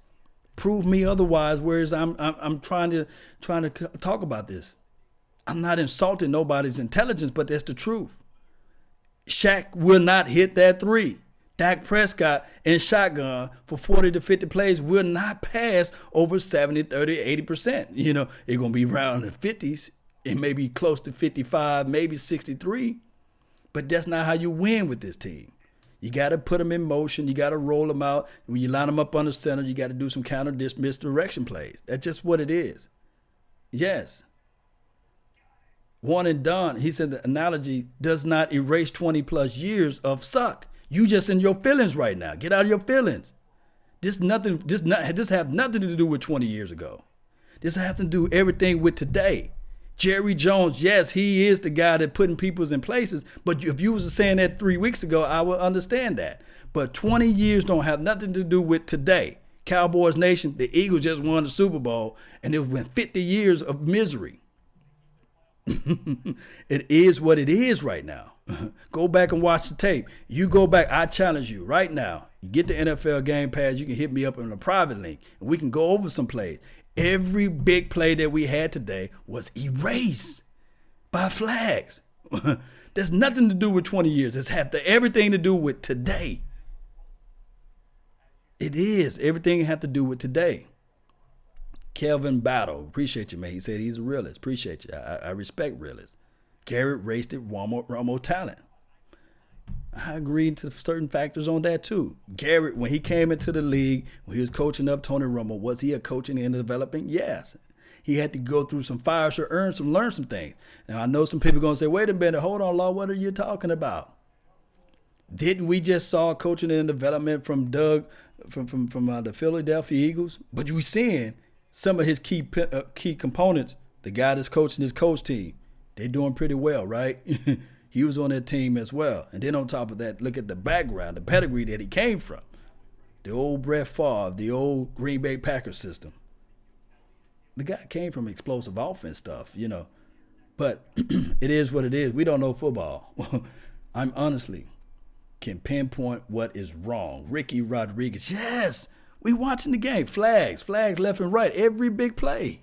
I wish I was wrong. And I'm telling everybody, even when I say what Dak Prescott need to improve on, they still circle back and say you defending Dak. No, I'm telling you guys what it needed to be improved on. It's just like you having a child or a son or a daughter or whatever it may be, and you know that they're struggling with their math work right now, and you're not giving them a proper tutor. You're giving them an English teacher instead of a math teacher, and you're expecting them to improve on their math. You got them an English teacher there. What that's going to do? It is what it is. And then I see the catchphrases that everybody is listening from what Stephen A. Smith is saying. Accident waiting to happen. I can name 31 other teams that they got accidents waiting to happen. Gosh. The delusional aspect, what Stephen A. Smith talks. And then, hey, tell Stephen A. Smith how Henry Hunter is doing right now. how those guys are doing right now. Let me know. I'll sit and wait. OC needs to go, Isaiah King, but that's not going to happen today. It's not. Space Monkey, what's up? Shout out to you, man, fam. Let's go. Cowboys Nation, one way or another, let's go. All good, yes. I see you said Romo won nothing. I feel you, but this is not. This is the thing, and I know you supporting Griffin. I know you backing up what I'm saying. But this is what I wish the Cowboys fan base can do collectively. Romo is gone. He's not coming back. It's a myth. Candace Romo don't want him back out there on the field. He's gone. That ship didn't sail. Romo had his time in the sun. He had every opportunity that you can imagine. He had from 06, 07, 08. There's nobody on this God green earth can say that 06 defense was trash, 07 defense was trash, and 08 defense was trash. There's nobody. And then, of course, on the longer part of his career, he had DeMarcus Ware. There's nobody on this Cowboys team right now that you wouldn't trade for DeMarcus Ware, a young DeMarcus Ware on this team, a stud, class personified, a guy that's going to get out to the quarterback. There's nobody on this roster right now currently is more dominant and more vicious as DeMarcus Ware. Right now, there's nobody. We love what D-Law is doing, but he's no DeMarcus Ware. If you think I'm lying, go look at DeMarcus Ware production. The boy was averaging 17 to 18 sacks a game. And then on top of that, if you go look back, and I know people got amnesia, Tony Romo had 3 studs as an offensive line. Go back. I'm not making this stuff up for those who have amnesia out there. 3 offensive linemen. Gerard, a Pro Bowler. I think he went to 3 or 4 Pro Bowls. You know, and we can go look at the other guys that we had out there. I'd be remiss to add their name, but I can't bring it up right now. But I know for sure they had multiple guys to go to the Pro Bowl in 06, 07, 08, regardless. We just we were not able to win at those moments. Look, we dog out. Go back and look at what the narrative was on the coach that we had, the Wade Phillips. He only had one losing season and we got rid of him. We canned him because he didn't fit the mold or the motif. We got rid of him. Go back, look at the records. I would sit and wait. But Cowboys Nation, we listen to the media. We listen to Stephen A. Smith and the forehead power that he got and all of the Mollies of the world. And we listen to Max Kellerman.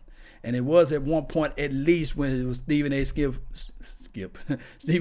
and Skip Bayless, at least it was like some entertainment back and forth. But you got over 1 million people on ESPN, the worldwide leader for sports. Everybody listened to those guys. They listened to them, but they didn't validate what they saw with their eyes, and they ran home with it. That's when it started the delusional aspect of everything.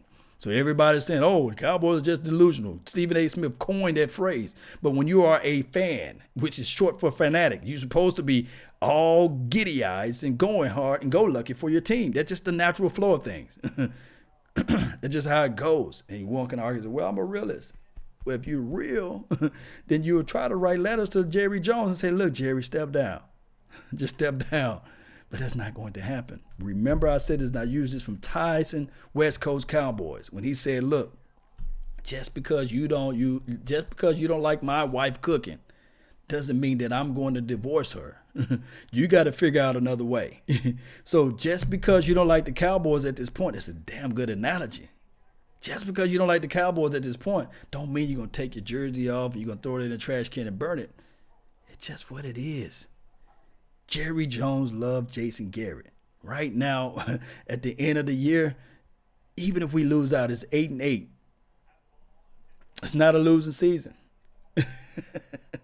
So, I mean, it is what it is at this point, bro. Prescott supposed to score at least 3 points. And, well, this loss falls on Dak Prescott. Let's talk about it. It's all Dak Prescott's fault, right? For 20 years, it's all Dak Prescott's fault. Fourth down failures, yes, whatever, man. I like that name. Shout out to you, man. Shout out to you. Will we make the playoffs? You got to remember, this is professional football. You can't win all of the games. Can't win all the games, Cowboys. Yes, we're supposed to go 16-0 every year. I had us going 10-6 at the beginning of the year. Everybody was calling me boo-boo the fool. It seems like we're closer to being 10-6 right now. We lose a game, everybody want to crash up, burn, throw up their jersey and throw them away. It is what it is. But at the end of the day, I'm still going to be howling. It's our team, man. The love and adulation that we have for this team is remarkable.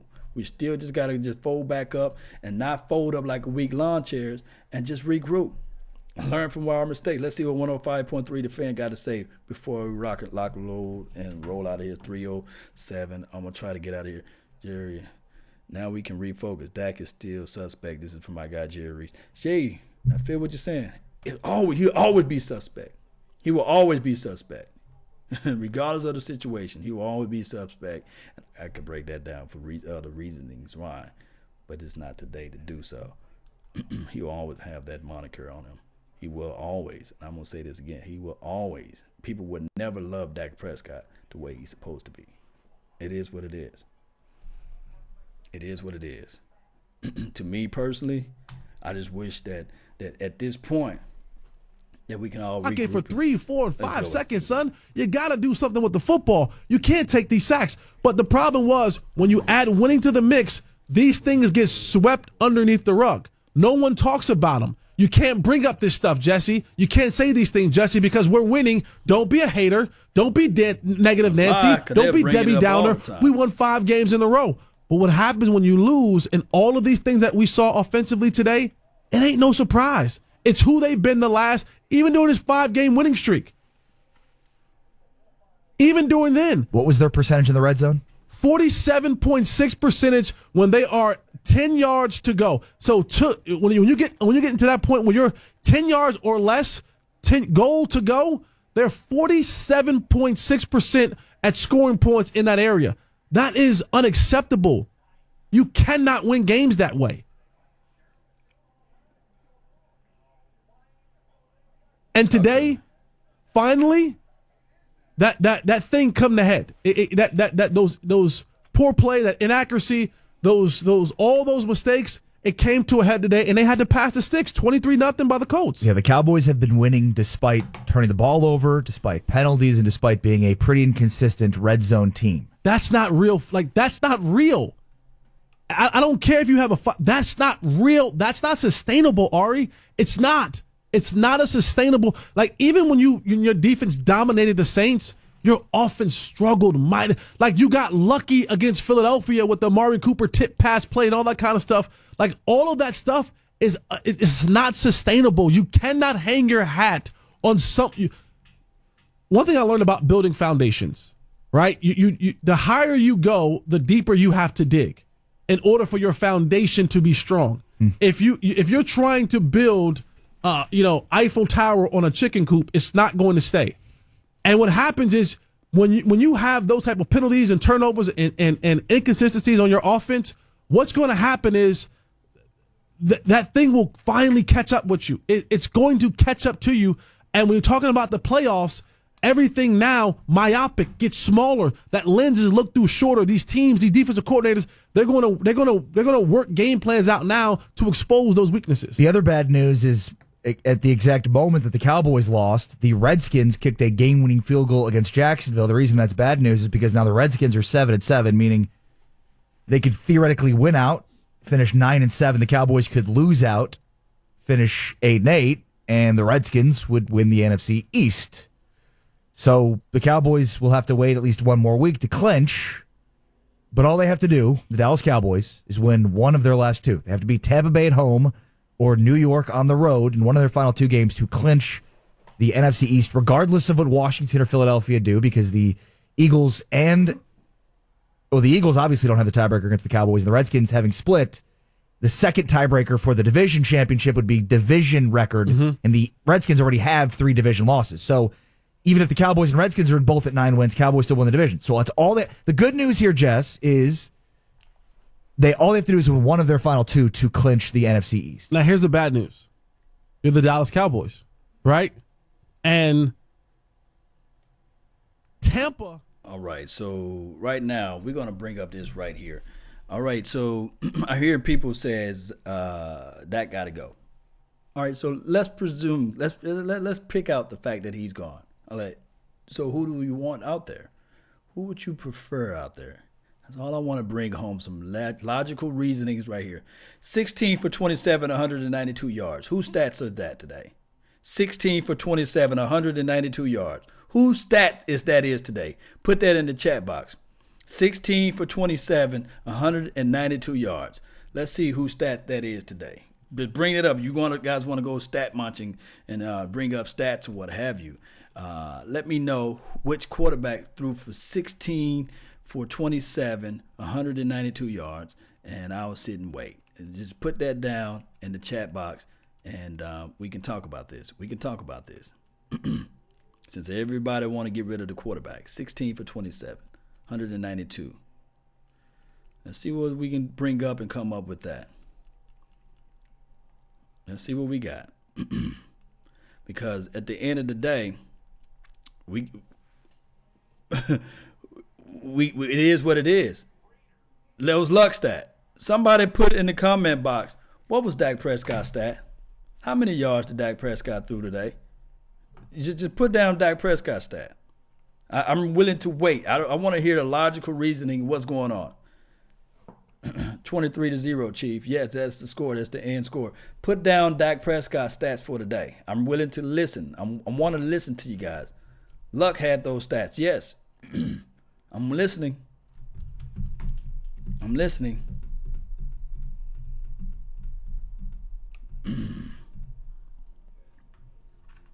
206, 206. So what made us lose today? I want to really know. I want to know how many 455 IQ. No, he didn't have 455 today. Yes, but even though, and he says, I love your IQ, but Dak Prescott is not our quarterback for today. I understand that. I understand that Dak Prescott is the worst quarterback that ever felt grace onto the Cowboys. Whoever put the silver and blue on, Dak Prescott is trash. I understand it. 24 for 39, 206 yards, 1 INT. That's from Mellow Hype. Appreciate you for being the stat king guru of putting that down. So one had 206 yards. The other guy had 192 yards. Now, also, when we was in the money zone, green zone, vertical plays were called again. And remember, I talked about this last week, and I talked about the same thing that these guys are regurgitating, but people just listen to it differently. When they're talking about, look, we got to score early and often. We got to control the TOP. And then on top of that, before the game, I said on my Instagram, we got to defeat the refs. And I know it's kind of crass of me pulling that up. But I wish that I can figure out a way to craft and shape it in a different form. But we saw with our natural eyes that number 85 was pushed out of bounds. No flag was called. No whistle was heard of. And then we saw with our natural eyes every big play. My guy, number 11, catches the ball for the first down, skirting upfield. Man, oh man, oh man. All of a sudden, after he get the first down, after he do the proverbial pointing of the finger for the first down, I guess to show up somebody, there's laundry out there on the field, guys. And I wish that I can just watch a game where we can say to ourselves on both sides and say, you know what, this was damn good call by the officials today. I wish they were not even into this thing. Now, my problem is with Dak Prescott, and I'm going to say it again and again. He got to go through his reads better. He got to go through his progressions, if we say. I did say, and I did see this. He is stepping up through his throws. That's one thing that I'm seeing he's doing since Amari Cooper been on the field. He got to stop staring down Amari Cooper. Then on top of that, I just wish that this coaching staff could grow a set of cojones and say, hey, on third downs and long or fourth and what have you, let's just throw up a Hail Mary. I don't care if he can or can't throw the ball. Let's just throw up one. Give the opportunity for us to make at least a play on the ball. But we don't do that. Luck ran for the first down. Yes, he called out some good plays for him to roll out. But it is what it is. But nobody's going to bring up those facts. They're not going to bring up the flags. Scrimmage. They were back in the backfield and didn't come away with points on that particular drive. So those are big, particularly when you drive the ball the way we drove it and you use up so much time. You know, those long drives, you got to cash in on them. You start to limit your own opportunities in the ball game. So that was a big sequence. Certainly the first drive was a big sequence, but there was a lot of football after that. We didn't play well enough in any phase of our team. That was more about the play call you liked on that, not the block kick on that previous drive.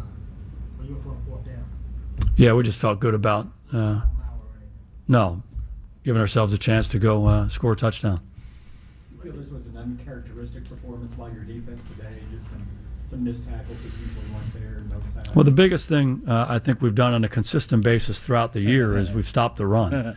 Very few teams have been able to run the ball consistently against us, and they were able to do that throughout the game today. And give them credit. They did a good job with their offensive linemen up front. Their runners ran well, but we didn't play well enough. We didn't win the line of scrimmage. We weren't active enough at the second level, and we didn't tackle well enough. And again, when you're doing that and you're giving their quarterback that luxury of we're running the ball consistently, all of a sudden his game opens up, and he's able to get the playmakers involved. So I thought that was the biggest issue. Again, they were able to sustain their drives and cash in on their drives. Frustration because you're not finishing drives, especially in a game like this. Grant, what's up, man? Shout out to you on the Twitch, man. Appreciate you. Yeah, again, you want to cash in on your opportunities, and we drove the ball well in the early part of this game, and we weren't able to do that for different reasons. So that's certainly an area we have to get better in. This goes into next week now. You won't win the division today, regardless of what happens the rest of the night. Can you just talk about that and your place in the division going into these final two? Yeah, we just have to focus on ourselves and focus on playing better football. And the first thing we'll do is clean up this game. And there'll be some good stuff that's in here, but there'll be plenty of stuff that we have to clean up in all three phases of our team, and we have to make sure we do that. That's the first order of business, and then we'll get back to work on Tuesday with our players and start our preparation for Tampa. What compromise were you on the offensive line today? What compromise were you there on the offensive line? On the offensive line, yeah, Xavier went out early on in the ball game, so it looks like we think he's going to be okay. He had an eye injury. So Adam Redmond had to go in there and play, and across the board we didn't block well enough. We weren't able to sustain the run game like we wanted to. I don't know that we protected well enough. There were too many holding penalties in the game that got us behind the chains too often. You're having some successful drives. You're converting some third downs. You're converting some fourth downs, and it seemed like every one of them was coming back. So there you go. That's on us. We Finally have to do a better job in that area. Get that fine if you want to, Jason. Talk about them holds, man, and those We fouls, didn't play man. well enough defending the run today. They were able to run the ball consistently well throughout the game. I want to mad Jason Garrett right now. I know he probably red right now. But Yeah, he we should touched talk on that about earlier. We didn't win the line of scrimmage well enough. We weren't active enough at the second level. We didn't tackle well enough throughout the game. They were able to run it, and unfortunately, when you have a quarterback like that and you give him the luxury of a running game, it's going to be really challenging to slow those guys down. Yeah, good runner, no question about it. They won up front, but he certainly ran hard throughout the game and ran well, very productive throughout. You think the team lost a little edge after 5 straight weeks back against the wall, that they start maybe feeling good about themselves? I just don't think we handled the circumstances of the game very well. Obviously, we got off to a good start driving the ball down the field, but again, we missed the field goal. The field goal got blocked, and we didn't get a stop on defense. And then at different times throughout the game, we didn't handle the different adversities that came up. And ultimately, that's what you have to do if you want to win in this league. A lot of penalties again today too. Can you speak to those overall? Yeah, they were big penalties. Obviously, a lot of different times in the ball game we got behind the chains on offense, or when we made a conversion, it seemed like it came back because of a penalty. When we got off the field on defense, it seemed like it came back because of a penalty. So, those things will come back and haunt you, and you can't allow them to happen. We'll look at each one of them. We'll try to coach it better and make sure that stuff doesn't come up again in the future, because those are game-changing plays. We have to be honest with ourselves about what happened today. Everybody has to take accountability. We have to learn from it and move forward. You consider today an aberration based on what you've seen from this team this season? Yeah, obviously we didn't play well enough, and we've played good football here the last 5 weeks. Every game we played the last 5 weeks has been, a challenging game that's required 60 minutes, and that's what it takes in this league. And again, we didn't play well enough in any phase of our team in this ball game to win it. We didn't deserve to win. They did. They did a better job than we did, and we're going to get back to work. Coach, how was the practice leading up to this game? Yeah, we had a great week of practice. Really did. Okay. All right, guys. And that boy hurt right there, boy. That hurt. That's Jason Garrett on the Dallas Cowboys radio network. Cowboys thoroughly beaten 23-0 in Indy. That's the bad news. Good news is all they have to do to clinch the NFC East is win one of their final 2 games against Tampa, at home, or on the road against the New York Giants. Your phone calls 877-881-1053. Your texts 877-881-1053. We're from Zeke Elliott, plus hit your phone calls next. You're listening to the Dallas Cowboys radio network. Yes, indeed. So with that being said, man, I got about like 5 to 10 more minutes. Hopefully I can stretch it all the way out to 10 before I got to lock, load, and roll on out of here. But this is the thing. I'm glad he brought home to some of the points, but he didn't. He tried to craft it so that he won't get fined by the NFL. He should just call him out. I think that Jerry Jones will be glad to pay that fine for him. I think that he should just go ahead and say, hey, this officiating was horrible today. I think that there was some calls that whenever we made big plays that it shouldn't have been called. I think that he should go ahead and say that as a coach right now. Especially let's looking back at this game. I wondered when Xavier got his eye injury, did they ever call the hands to the face or anything like that? I didn't know, because I missed the first part of the game. I missed I came in like 5 minutes left on the second quarter. So if anybody know when Xavier was out, remember, he's the backup. So we had a backup of the backup. I thought that they just rolled him out because Xavier was injured from another reason. So that speaks volumes. And I know everybody going to say, okay, Law, you're talking about excuses, because that's just excuses because this guy, the backup of the backup, should be able to play lights out. And then on top of that, Joe Looney should have an extreme good communication with him, and as well as with the guy to the right of him, the other guy that was in there. So, I mean, it is what it is, man. I want to know your thoughts and opinion on that situation. David Alexander, the great, he says, I'm still on the phone trying to plug you in, Law. I say I'm laying down the law. Yes, appreciate you, Dave. When you call in, David, let them know of the flags. Let them know, because they're not going to bring it up. They're going to overlook, and they're in the emotional clause. I love the fourth and long guy, but sometimes he gets so emotional out there on the radio. I'm sitting there like, come on, bruh. You played the game. You understand the game. You know how the flags can change things around. Come on now. Let's be real. Let's call a spade a spade. Now, on top of that, too, yes, we know the faults of the quarterback, but let's bring out the offensive coordinator, too. Let's bring out everybody. Let's put the facts on the facts right now. Remove the opinions and put the facts out. Yes, indeed, fam. You guys know how it goes, man. One way or another, man. Let's go and see if they back from commercial break. All right, let me see where we at. Appreciate you guys, man. I still love you guys. I still love you, even the haters, man. I love y'all, man. Yeah, they're still on commercial break, man. Yes, Winford, man. What's good with you, man? Thank you for tuning in to the nation. Refs been bad.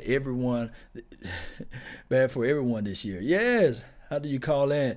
Grant, you can just call in, my fam. You just have to call the 105.3 The Fan. You got to call in to them. And I will try to find their number. If anybody know 105.3 the number, the fan for the fan, the number, put that in the comment box so my guy can see it. And that way, he can call in and lament what's going on with his, with his team and how we feel all together. 7 receptions for 41. Come on, Cowboy Nation. The Cowboys fall to the Colts 23. It's the end of the freaking world. Right for the Cowboys this afternoon with former Dallas Cowboy Jesse Holley. Yeah. Cowboys in their fight for good as they help the Salvation Army assist thousands in need across DFW this holiday season. Your donation can make a big difference, so please give today at redkettlereason.org. We'll hear from Dak Prescott as soon as he's available live right here on the Dallas Cowboys Radio Network. Zeke Elliott in a moment. 877-881-1053. Let's go to Dave in Arizona. Go ahead, Dave. You're on the Dallas Cowboys Radio Network. How's it going, fellas? What's up, bro? Well, this was a rough game, but I guess this was due. I guess we were due. And, of course, you got Eberflus over there on the other side, so he gave up the ghost. But the thing I want to touch up, I want to reflect back on your last caller when he's talking about the on the offense, or as far as the quarterback coaching and the coordinating side. Yes. Obviously you can't have somebody that's been like a journeyman quarterback, basically. Where we get more from the Lions. Well, even with Wade Wilson, he was always in Dak's ear. He was always in Dak's ear, showing him the last play, showing him where he messed up, showing him what he needed to correct. You don't see Kellen Moore doing too much to that. Appreciate the phone call, Dave. I mean, how much legitimacy, Jess, you going to put in None. Quarterback's coach? None. Here's why. Because when Dak Prescott said he had all the success before, it was Mark Sanchez, right? And the things that Dak is messing up on is technique stuff. Like Jason Garrett is in every single quarterback's meeting. Like he's in there. He's a former quarterback. He's in there. And you know what I love? I've been watching football all my life. You've been watching football all your life. People watching football all their life. All of a sudden now, we see what happens on the sideline with quarterback, coach, and quarterback. You don't. They flash to it, and that's it. You're not watching the sideline. You don't know what's happening over there. And to say the best coaches in any sport aren't the superstars. Tom Brady won't be a good coach. Michael Jordan is not a good coach. Man, before he get out his little water gun argument right here, I can see what Holly is saying, but he's missing the meat. You know what I'm saying? And worrying about the peas. This is the thing. I challenge everybody out there right now. You go look up Tom Brady and you see his quarterback coach. Guess how many years his quarterback coach been out there coaching him? And then if you go back, and this is facts, not opinions, because he's bringing up opinions right now. And I wish I can talk to him live right now to shut his little weak opinions down because of the fact if you look up the data for the Green Bay Packers, let me know how long that guy's been quarterback coaching. Just look up the facts, okay? Before you guys just listen to Jesse on his emotional tirade. And if you look up this right now, think about this. Andy Reid one of the better, I'm talking about, he started out being a quarterback coach. He started out being under the wings of the 49ers situation, moved over there to the Green Bay Packers, being their assistant quarterback deal, and then he moved to the Eagles, and we understood what he was able to do with those quarterbacks who had like the McNabbs of the world looking like they was all-stars, who was able to help out Michael Vick in certain occasions. And now all of a sudden you move this particular guy to the Kansas City Chiefs. I'm talking about Andy Reid, who was able to elevate Alex Smith, yes, I said it, to a better quarterback deal career. And then he realized and said to himself, hey, this guy right here, Pat Mahomes, I can help elevate him. And every time you see young money Pat Mahomes going to the sideline, let me know. I will sit and wait who you see right next to him saying, okay, this is what you need to improve on. This is what they're trying to show. This is what you can take away. And then on top of that, I'm not saying that Dak Prescott is on the same planet as Pat Mahomes. No, I'm not saying that. I would never make that type of gumption or what have you. But what I'm saying here is that quarterback coaching plays a major role, and you'd be boo-boo the fool to think otherwise. That's all I'm saying. That's all I'm saying, fam. They got to realize that Kellen Moore, yes, he may be the next. I'm telling you, he may be the next Bill Belichick. He may be better down the line, but today and tomorrow and next week and next year, I can guarantee you this. He will not be that guy. That's just the facts. And then on top of that, Jerry Jones, the billionaire that he is, right now, I'm going to tell you guys right now, if I want my daughter, I got a little daughter, if I want her to be successful in life, I'm not going to surround her with people who just now trying to learn themselves. I'm going to put her around parameters to help her out in whatever category that she needs to be or whatever she's inspired to be. I'm going to put her around the best. Not nobody who's just trying to learn out and say, okay, this is my first year to try to become something. No, I would not do that, especially when I got the resources. That's just facts. I would not do that to her and her development and saying that, okay, I'm going to surround her with somebody who just now learning. No, I do not do that. And I command and I recommend that everybody right now that's under the sound of my voice, if you want to help elevate anybody in life and you got the resources to do so, then just do it. Reach out to your pockets and do it. Don't try to hold on to everything and try to squeeze all that stuff in. No, life do not work that way, baby. I'm successful because I demanded myself and I willed myself to become successful. And I surrounded myself around successful people. I'm not making the money that I'm making because I surrounded myself against broke folks. I'm just being real. I'm making the money because I surrounded myself around rich folks. That's life. That's reality. But a lot of people get out here and they jump on these platforms and they thinking that, oh, just because this person got some talent, I'm going to surround him with something that's never been accomplished or nothing. You would not win in this world. This world will chew you up and gobble you up and spit you out. That's facts. And if you guys don't hear what I'm saying, I trust you. I trust me. I'm telling you guys from situations that I gained through experience of life. If you want something bad enough, you got to go out there and fight for it. And you got to proposition to put yourself around those who are doing the things, movers and shakers of the world. If you think I'm lying, then go ahead. Trust me. But those who out there successful would know. And let me tell you a little secret. Everyone is self-made, but only the successful people can admit it. Everybody is self-made. I'm just being real with you. If you find yourself in a situation and you're living off the system, it's just because you surrounding yourself and that's all you know. You got to figure out a way to get out the system. And you guys know what I'm talking about for those who understand what I'm bringing down to the facts.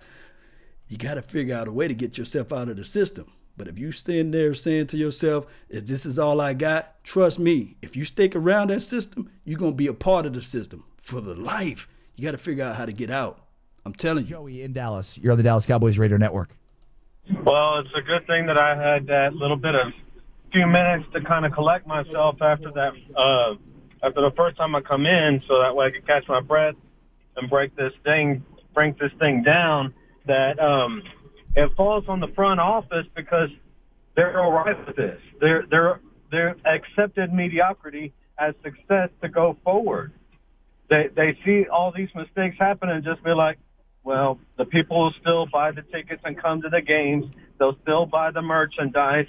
And there's just this complacency here that is masking all of the errors that you saw happen in this game. I honestly turned it off after the the Colts got 20. Yeah, thank there you was for the no- call. We'll appreciate the call. And you can blame whoever you want to blame. Blame yourself. Blame yourself.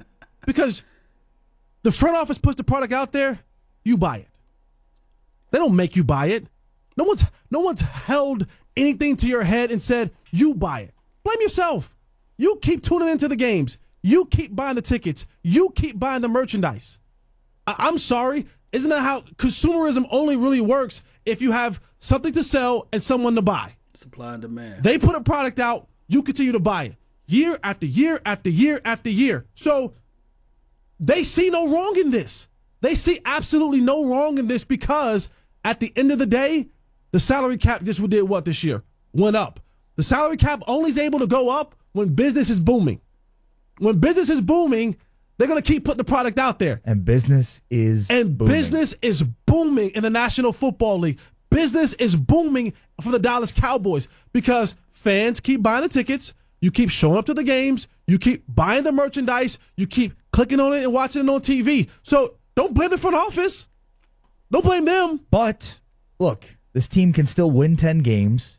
It only has to win one of their next two to win the division. The worst thing to happen from this loss is they are out of it for the 3 seed. They basically have clinched the 4 seed, which means you have a home game in Wild Card weekend against the Seattle Seahawks. That could be the worst possible thing to come out of this game. Their future is still an opportunity for them to win this division, go to the playoffs, win 10 games potentially against Tampa and New York the following week, but now they've pretty much all but clinched a home wild card game against the Seattle Seahawks, a team that can do some things to you defensively that we've seen the Cowboys be susceptible to. The pressure. And now you're talking about maybe no Zach Martin. We don't know how long that injury is. We don't know how significant that injury is. Suafila went to the hospital today. We don't know how bad that eye injury is or if it's right. what the extent is for that. So you're now talking about, again, an offensive line who doesn't have the cohesion. Redmond is playing. Connor is playing. Looney is playing. Tyron Smith, God bless Tyron Smith. He's trying. But you got a knee brace for an elbow brace. His arms are so big that they don't have an elbow brace big enough, so they got to use a knee brace. He can barely bend his arm. He has 2 or 3 holding penalties a game. His back is all jacked up, and he's trying. But this offensive line, at some point in time, teams are going to start saying, okay, we'll start exposing you. They gave 3 sacks up today to the same guy, right up the middle. And that is the formula to kind of get to Dak Prescott. Blitz him up the middle. Come right up the middle. Get him off his spot. The things we have seen. Let me just go ahead and put Jesse Holly back into that same box because he just proved what I was just talking about earlier. The problem is for Dak Prescott was holding on to the ball and pressure right up the middle. All right. Okay, we see that. And we understand what we were talking about when I talked about earlier about the offensive line, the core. I said this, and those who out there already know that I've been talking about this for years. The core of any offense is through the core is in the middle. The third hardest position that I coined, the second hardest position that I coined out there to play is the center. We got a backup. And, I love what Looney is doing, but he's no Travis Frederick. Come on now. And then you add in the fact that communication is spread from the center to the other guys out there. And this, of course, is going to sound, you can put any quarterback out there today. Trust me, it's just going to be like that. You're going to have the pressure coming right up the middle when you have a backup center and you have a backup right guard and you have a backup left guard. What do you expect for this team to do? To come out and pull a rabbit out of a hat? Or as my guy Jason Witten said, pull a rabbit out of the head? Come on, you can't do that.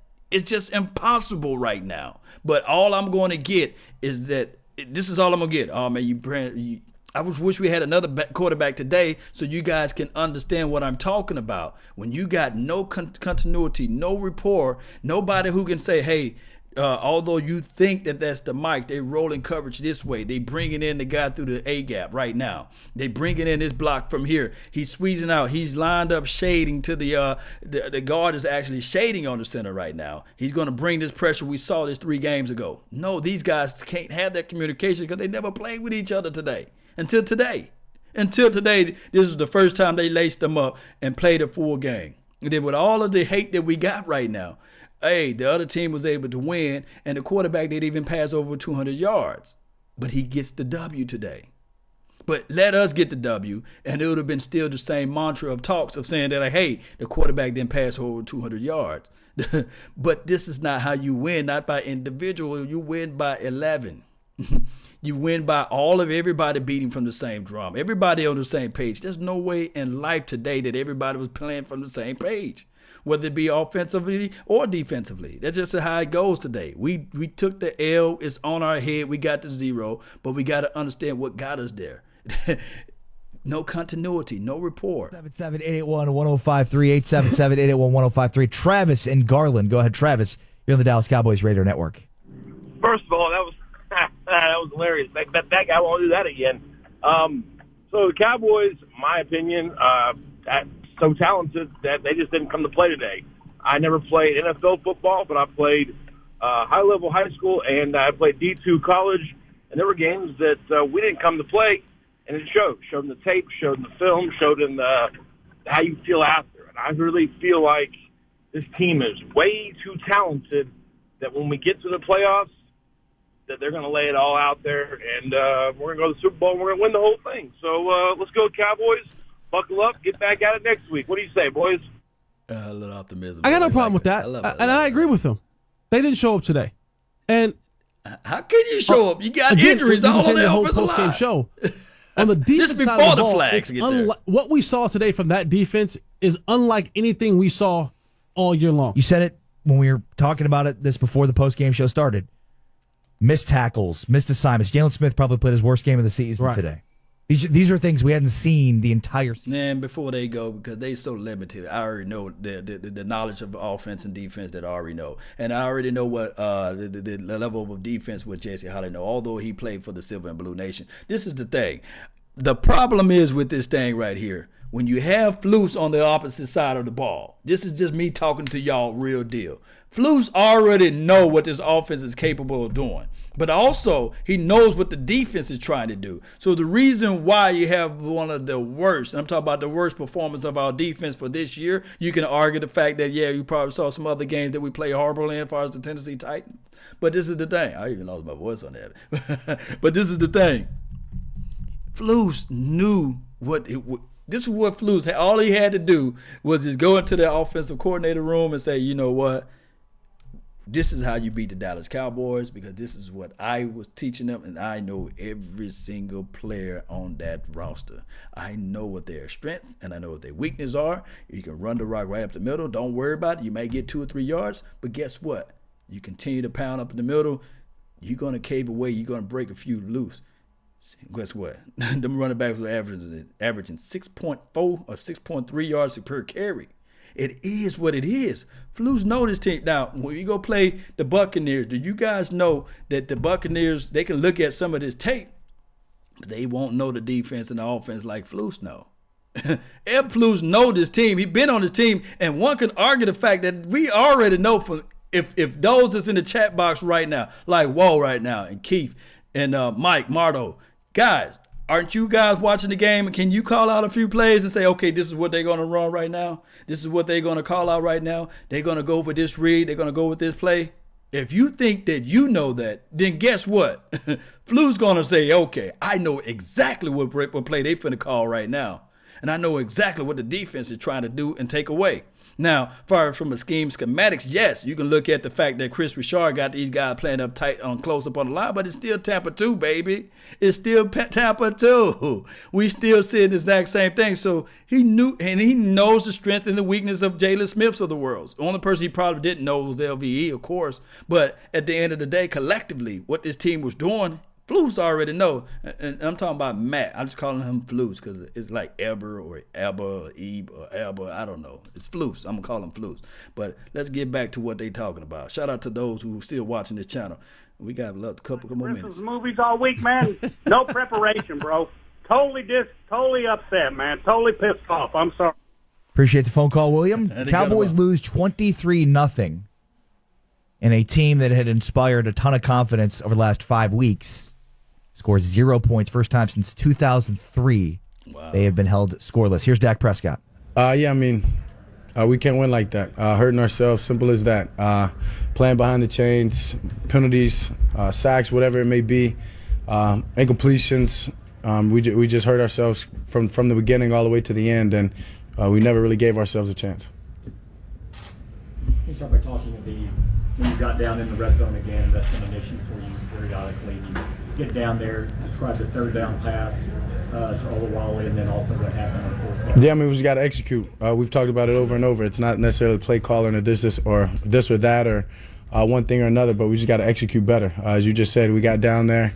I mean, the first drive, we weren't quite in the red zone, but I think I need to throw that ball over the top to Hearns right there to the left side of the field, and then when we get down in the red zone, that next possession, simple as that, we got to execute. We got to make the catch. I mean, if it's on me to make a better throw, and then whatever we have to do right there on that fourth down, we've got to just find a way to get in the end zone. And when you don't, and you give that team like that momentum, as I said, we just never gave ourselves a chance. More of a wake-up call. A lot to learn from. I mean, when you have a team like this, I don't think demoralizing or anything like that is even in our dictionary. I mean, you're talking about a team that was once 3-5, backs against the wall, still backs against the walls, and battle to what we are now. And to have a game like this, as I said, we just hurt ourselves all night long against a really good team and didn't give ourselves a chance. And when you do that, you got to find a way to learn from that and to get better, because we still know the talent that we have, the coaching staff that we have, and everything that we've got going for us that's good. But we've just got to make sure that we clean it back up, learn from this one, put it behind us real fast, and get better. Was there anger in the post-game locker room, or how did y'all feel?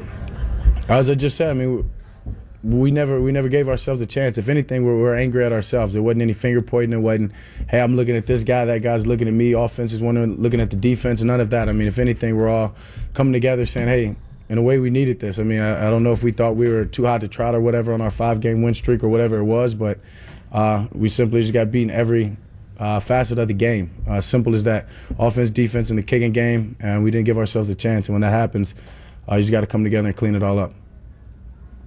You feel there might have been a bit of an emotional letdown? You've been in this back to the wall 5 straight weeks, and you have to win, and now you created a cushion going. Yeah, no, not at all. I mean, I don't think this was an emotional letdown. We just got beaten. We didn't give ourselves a chance. As I said, we're playing behind the line. We're playing behind the line of scrimmage on offense, and defense was doing what they could with what we were giving them, and we weren't scoring. And so, I mean, it wasn't a complimentary game of football. It's what we've been playing these last 5 weeks, and we didn't do that tonight. Does getting shut out matter at all, or is it just a loss? No, I mean, any competitor never wants to get shut out. I mean, the shutout definitely hurts. The shutout pisses you off. Especially when you're down there and you're down there early in the red zone, you have opportunity to score and you don't. So, yeah, 100%. We've got to find ways to capitalize and score in the red zone. And that starts there. We do that, we don't get shut out. And, I mean, that's from the first drive moving forward to the whole game. Have you ever been shut out in a game before that you remember? Yeah, I think so, huh? Was it? No, not here? Last time was 2003. Yeah, I've never been then. Never. When you looked at Xavier goes out, Zach's not playing. What changed? Did anything change for you up front without those two? No, I mean, I trust the guys that we have coming in. We've talked about this, and this has been something that has happened all season long. One guy goes down, another guy comes in, so it was no difference tonight. You guys handle adversity today. You guys got basically touchdowns, some other issues going on. How do you think you handle those things today? We didn't handle them the way we needed to. We didn't respond to success. We didn't respond to adversity. We didn't do anything that we needed to do to win this game or even give ourselves a chance. I mean, as an offense, I mean, when the defense holds a team like that, an offense like that, 23 points, I put it on me, I put it on this whole offense. We've got to go win the game then, regardless of whatever it happens. And as I said, when you're playing behind the line of scrimmage as we were and not executing in the red zone, I mean, just all the things that you do to lose a game, we did tonight. The fact that you're just positive on the line, you have a chance to play together. Like that, that make it even more difficult? I mean, just the way we didn't give ourselves a chance just pisses me off, pisses everybody off. So I mean, we knew it was on the line. I mean, that's been on the line. It'll be on the line next week. So I mean, we just gotta go and get better this week in practice.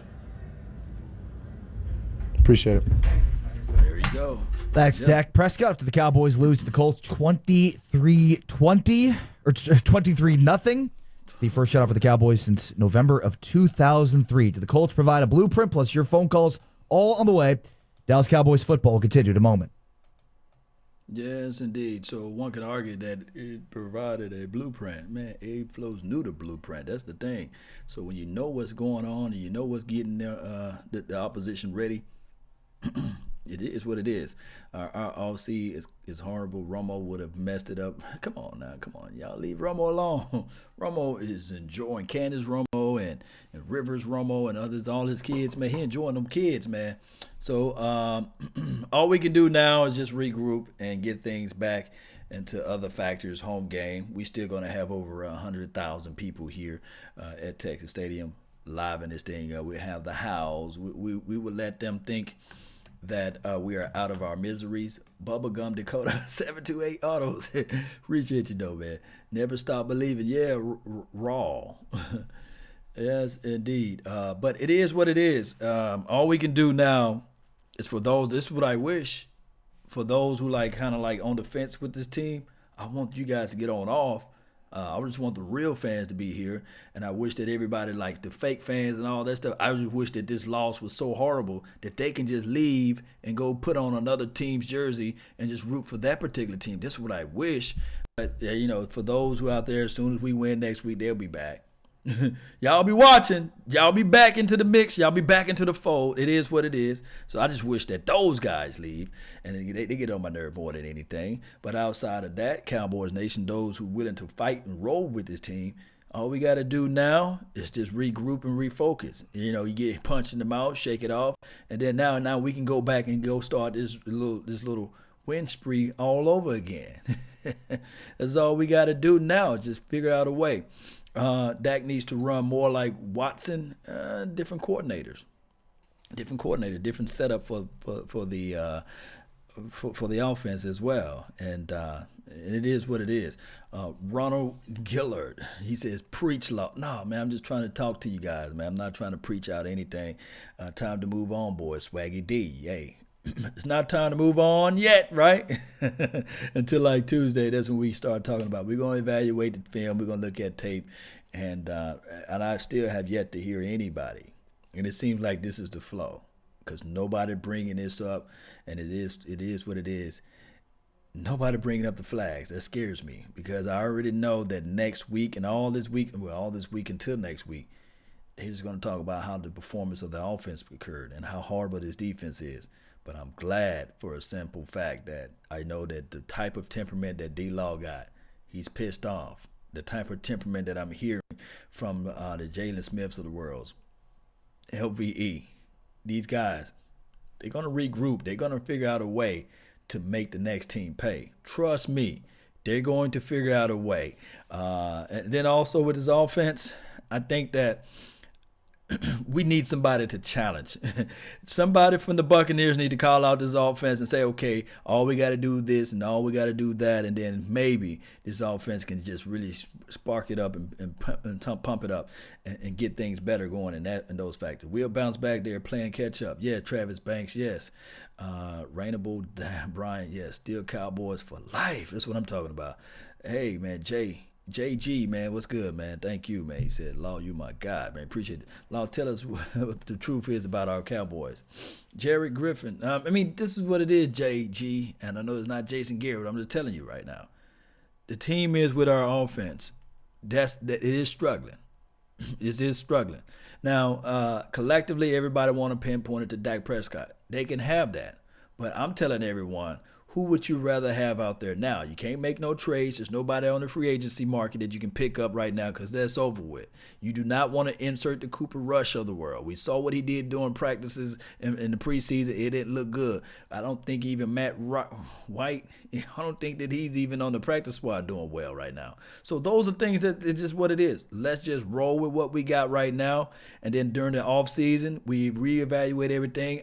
To me personally, you still roll with Dak Prescott. You will say to yourself, okay, how can we improve on his mistakes And like I said earlier, I use this analogy. You got to put better pieces around him. I don't think the Kellen Moores of the world is going to elevate this guy. I don't think that it's possible. It's just me just telling you guys the truth. Willie Brown Jr. said he's going to ride with Dak. Yes. And then Woe over here saying, true. Law Nation, yes. If the Bucs show up and show out, oh yeah, next week, oh yeah, we're going to have, it's going to be ugly. But it's something that it's something that we didn't face before, right? We faced these type of situations before. If people thinking they think I'm lying, go back to 2012. Ask me what happened, win or go home game that game. Pull up 2012, watch that tape, let me know what happened. A couple of games can be a fluke. 5 games can't be a fluke. So I would have said, protecting the football better, but I didn't think that was an issue today.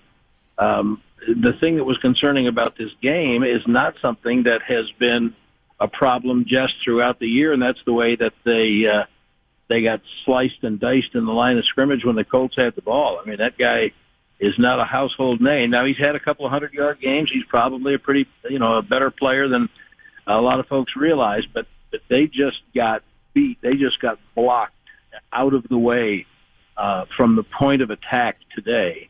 And none of their playmakers on defense was able to really, maybe 1 or 2 exceptions, even come close to making a play. So that's not something I would call a concern about the team, but it certainly was a concern about today, and you got to watch that stuff because, as you well know, you can form good habits and bad habits without a great deal of attention to detail. Is this a blueprint defensively for what the Colts did? And Zeke still had 128 total yards and 25 touches, but it was Amari Cooper that was limited, 4 catches for 32, 1 carry for 11. Is that a blueprint where the Cowboys, we're really trying to get Amari Cooper going, and defensively the Colts were able to limit him? Why Sham talk to him? I would have to look at tape, Ari, but my gut feeling is no, because they didn't seem to be doing anything unusual to bracket him or double him. I think that there was pressure a good part of the day, and I don't know that they handled the pressure very well. And I don't think the ball was thrown in Gallup's direction at all. So it's not just Cooper. But I don't think they had any unusual schemes to defend Cooper. They've just got to shore things up better, a little bit better up front. I would guess now. No one has told me this. I'm reading between the lines and somewhat guessing. I would guess Zach Martin would play next week, and it sounds like Suafilo is going to be a little bit of an issue if they take him to the hospital because it's getting poked in the eye. Then Connor Williams could go back to left guard.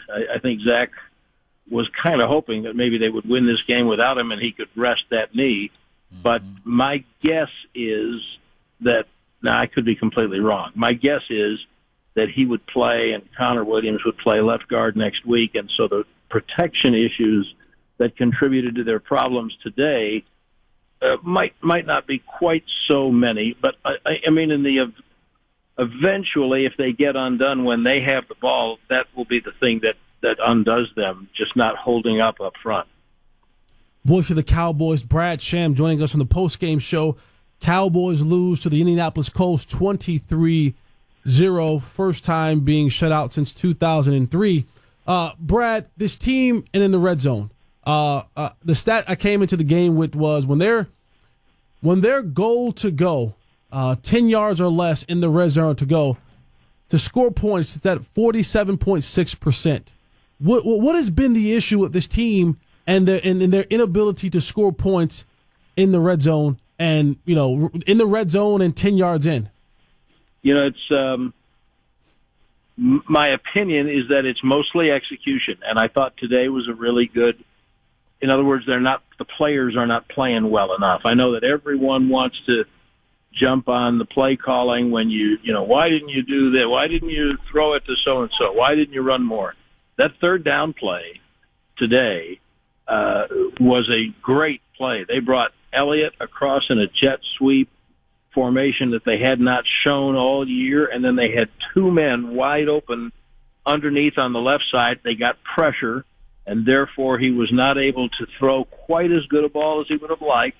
but the throw to Olawale on the goal line was good enough to be caught, and he didn't catch it. Now, you can't blame the play design or the timing of the play being called for that. The players just didn't execute it well enough. And I think that without knowing, how many times they've done exactly what, Jess, in those goal-to-go situations that you're talking about, that would be my guess. They haven't executed it well enough. Now, some of that would have been early in the year. Like, I think right now they have tight end play that can be effective down there, and they didn't have that earlier in the year. But Schultz and Jarwin are both playing representative football now, so some of those numbers come from when they were, a different team. But they're still an abysmal red zone team, and that's one of the things that makes it hard to win when you can't get touchdowns down there. And today it was because the players didn't execute the plays well enough.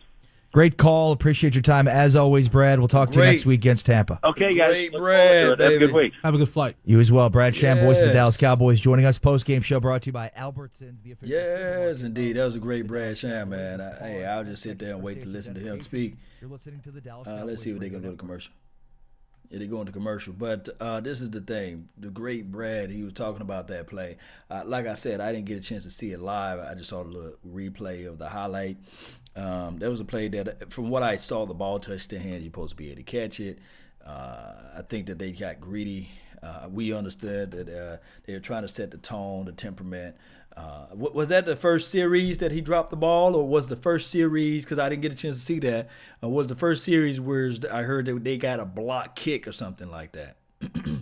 And that's crazy too, for them to get a block kick. That sets up everything as far as momentum. Momentum wins the game.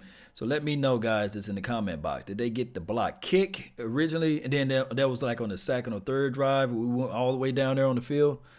Tight end play definitely looks better. Yes, 7-2-8 autos. Yes, I did saw Jarwin, number 89. He made some plays today. I must admit, he caught the ball in traffic. He was able to get the ball up more and make some plays explosively, getting people bouncing off his body and things like that. I saw that, Jabroni, 7-2-8. Don't hate on our quarterback. It is what it is. JG. Laugh out loud, Mike. First series blocked. Okay, so the first series was a block. And then the second series, was it the third series or the second series? Jameis Olawale dropped the ball. Cowboys did not look quick strike offensive team. Sonic Rings, laugh out loud. Kurt Warner talked about Dak this morning, showing he made his mistakes. He doesn't trust what he sees. Yes, Dak do not trust what he sees. I agree with that 1,000%. So they blocked the kick on the first series. Yeah, Stephen A. Smith is a clown. Yeah, we all know that. That's not even opinions there. That's facts. That's facts right there. Mike Mardo, most of these fools haven't been hating on Dak ever since 2016. They love the hatred that he drink. Wall. It's from Wall. Man, it is what it is, man. I'm not even going to talk about Dak Prescott no more today. I'm just going to let the chips fall as they may. I understand that Dak Prescott, he's the reason why we lost every single game this year. So these 6 losses only on Dak, nobody else. Okay. First series block kick, and then the second or third drive, Olawale dropped it. Oh, okay. So that's how the flow of the game went. So did the Colts score on their first series after that block kick? Let me know. Put that in the comment box. Let me know. The reason why I'm saying it's all about tempo, temperament, things like that. And for us to get down there to the money zone, green zone, red zone, hey, we dropped the ball big time then. I mean, first kick block series, and then all of a sudden, 49 dropped the pass on the third series. So defense was awful. If that's the case, yes, the defense were awful, and the quarterback and the actual offense series just was terrible today. And if anybody expect for this to happen again at home, then you guys would rightfully and naturally can have these type of reservations. But I don't think that they're going to play this horrible at home. I could be wrong. Best chicken finger meals. Chicken finger meals. Look, man, I'm getting the green light. It's 4 o'clock. So, the red light. It's 4 o'clock, man. I really appreciate each and every last one of you guys for tuning in to the nation. It's a horrible defeat, but we got to roll up our sleeves, get ready to get back at this thing tomorrow. I might go live a little later on tonight. If my brother from another mother, no other, Botch Lombardi, if he's live, jump on his stream. If my guy Coulier, I call him a Coulier because he's cool like that, jump on his deal. Mark Holmes, oh my goodness. goodness, I know he's going to have a horrible day. Y'all know why my guy Mark Holmes going to have it horrible. Yes, indeed. So y'all check out his page. His Foots the King. Shango, my brother. Ooh, check out his stuff, man. Pure good content, man. Check out his page. I got to hang out with family, man. My pops drove back into town, and I got to really hang out with him. We probably go parlay somewhere. And you guys know I got to find me some Hennessy, man. You know I got to find me some Hennessy. You know, the Henny hen. I got to get down with that tonight. It's going to be bittersweet for me because I got my dad in town, and you know my daughter is having a good time with him right now. But we gonna have to figure out something. Maybe I can go. I'm not gonna do the victory cigar tonight. I got me a nice good cigar, but I can't do it today. I cannot do it today. Maybe next week I can pull out the cigars. You know how this thing go. One way or another. Hey, that's been my time. I really thank each and every last one of you all for yours. And remember, you're listening to nothing but the best. Even though we're losing, even though we're down, we still got to fight it out. Did you guys want to hear the music or you guys don't? You guys want to hear something? Let me just go back to the other beat, man, because we don't deserve the music, man. We don't deserve the crunk music. I Kill, appreciate you, man. The link to this music, I hear a lot of people was like, hey, Law, where you get that beat from? I get it from Improv Beats, man. They got some good stuff, man, on their website. I got his YouTube brave, and I'm telling everybody, I'm gonna be the ghost who stole Christmas, right? I'm gonna be that guy.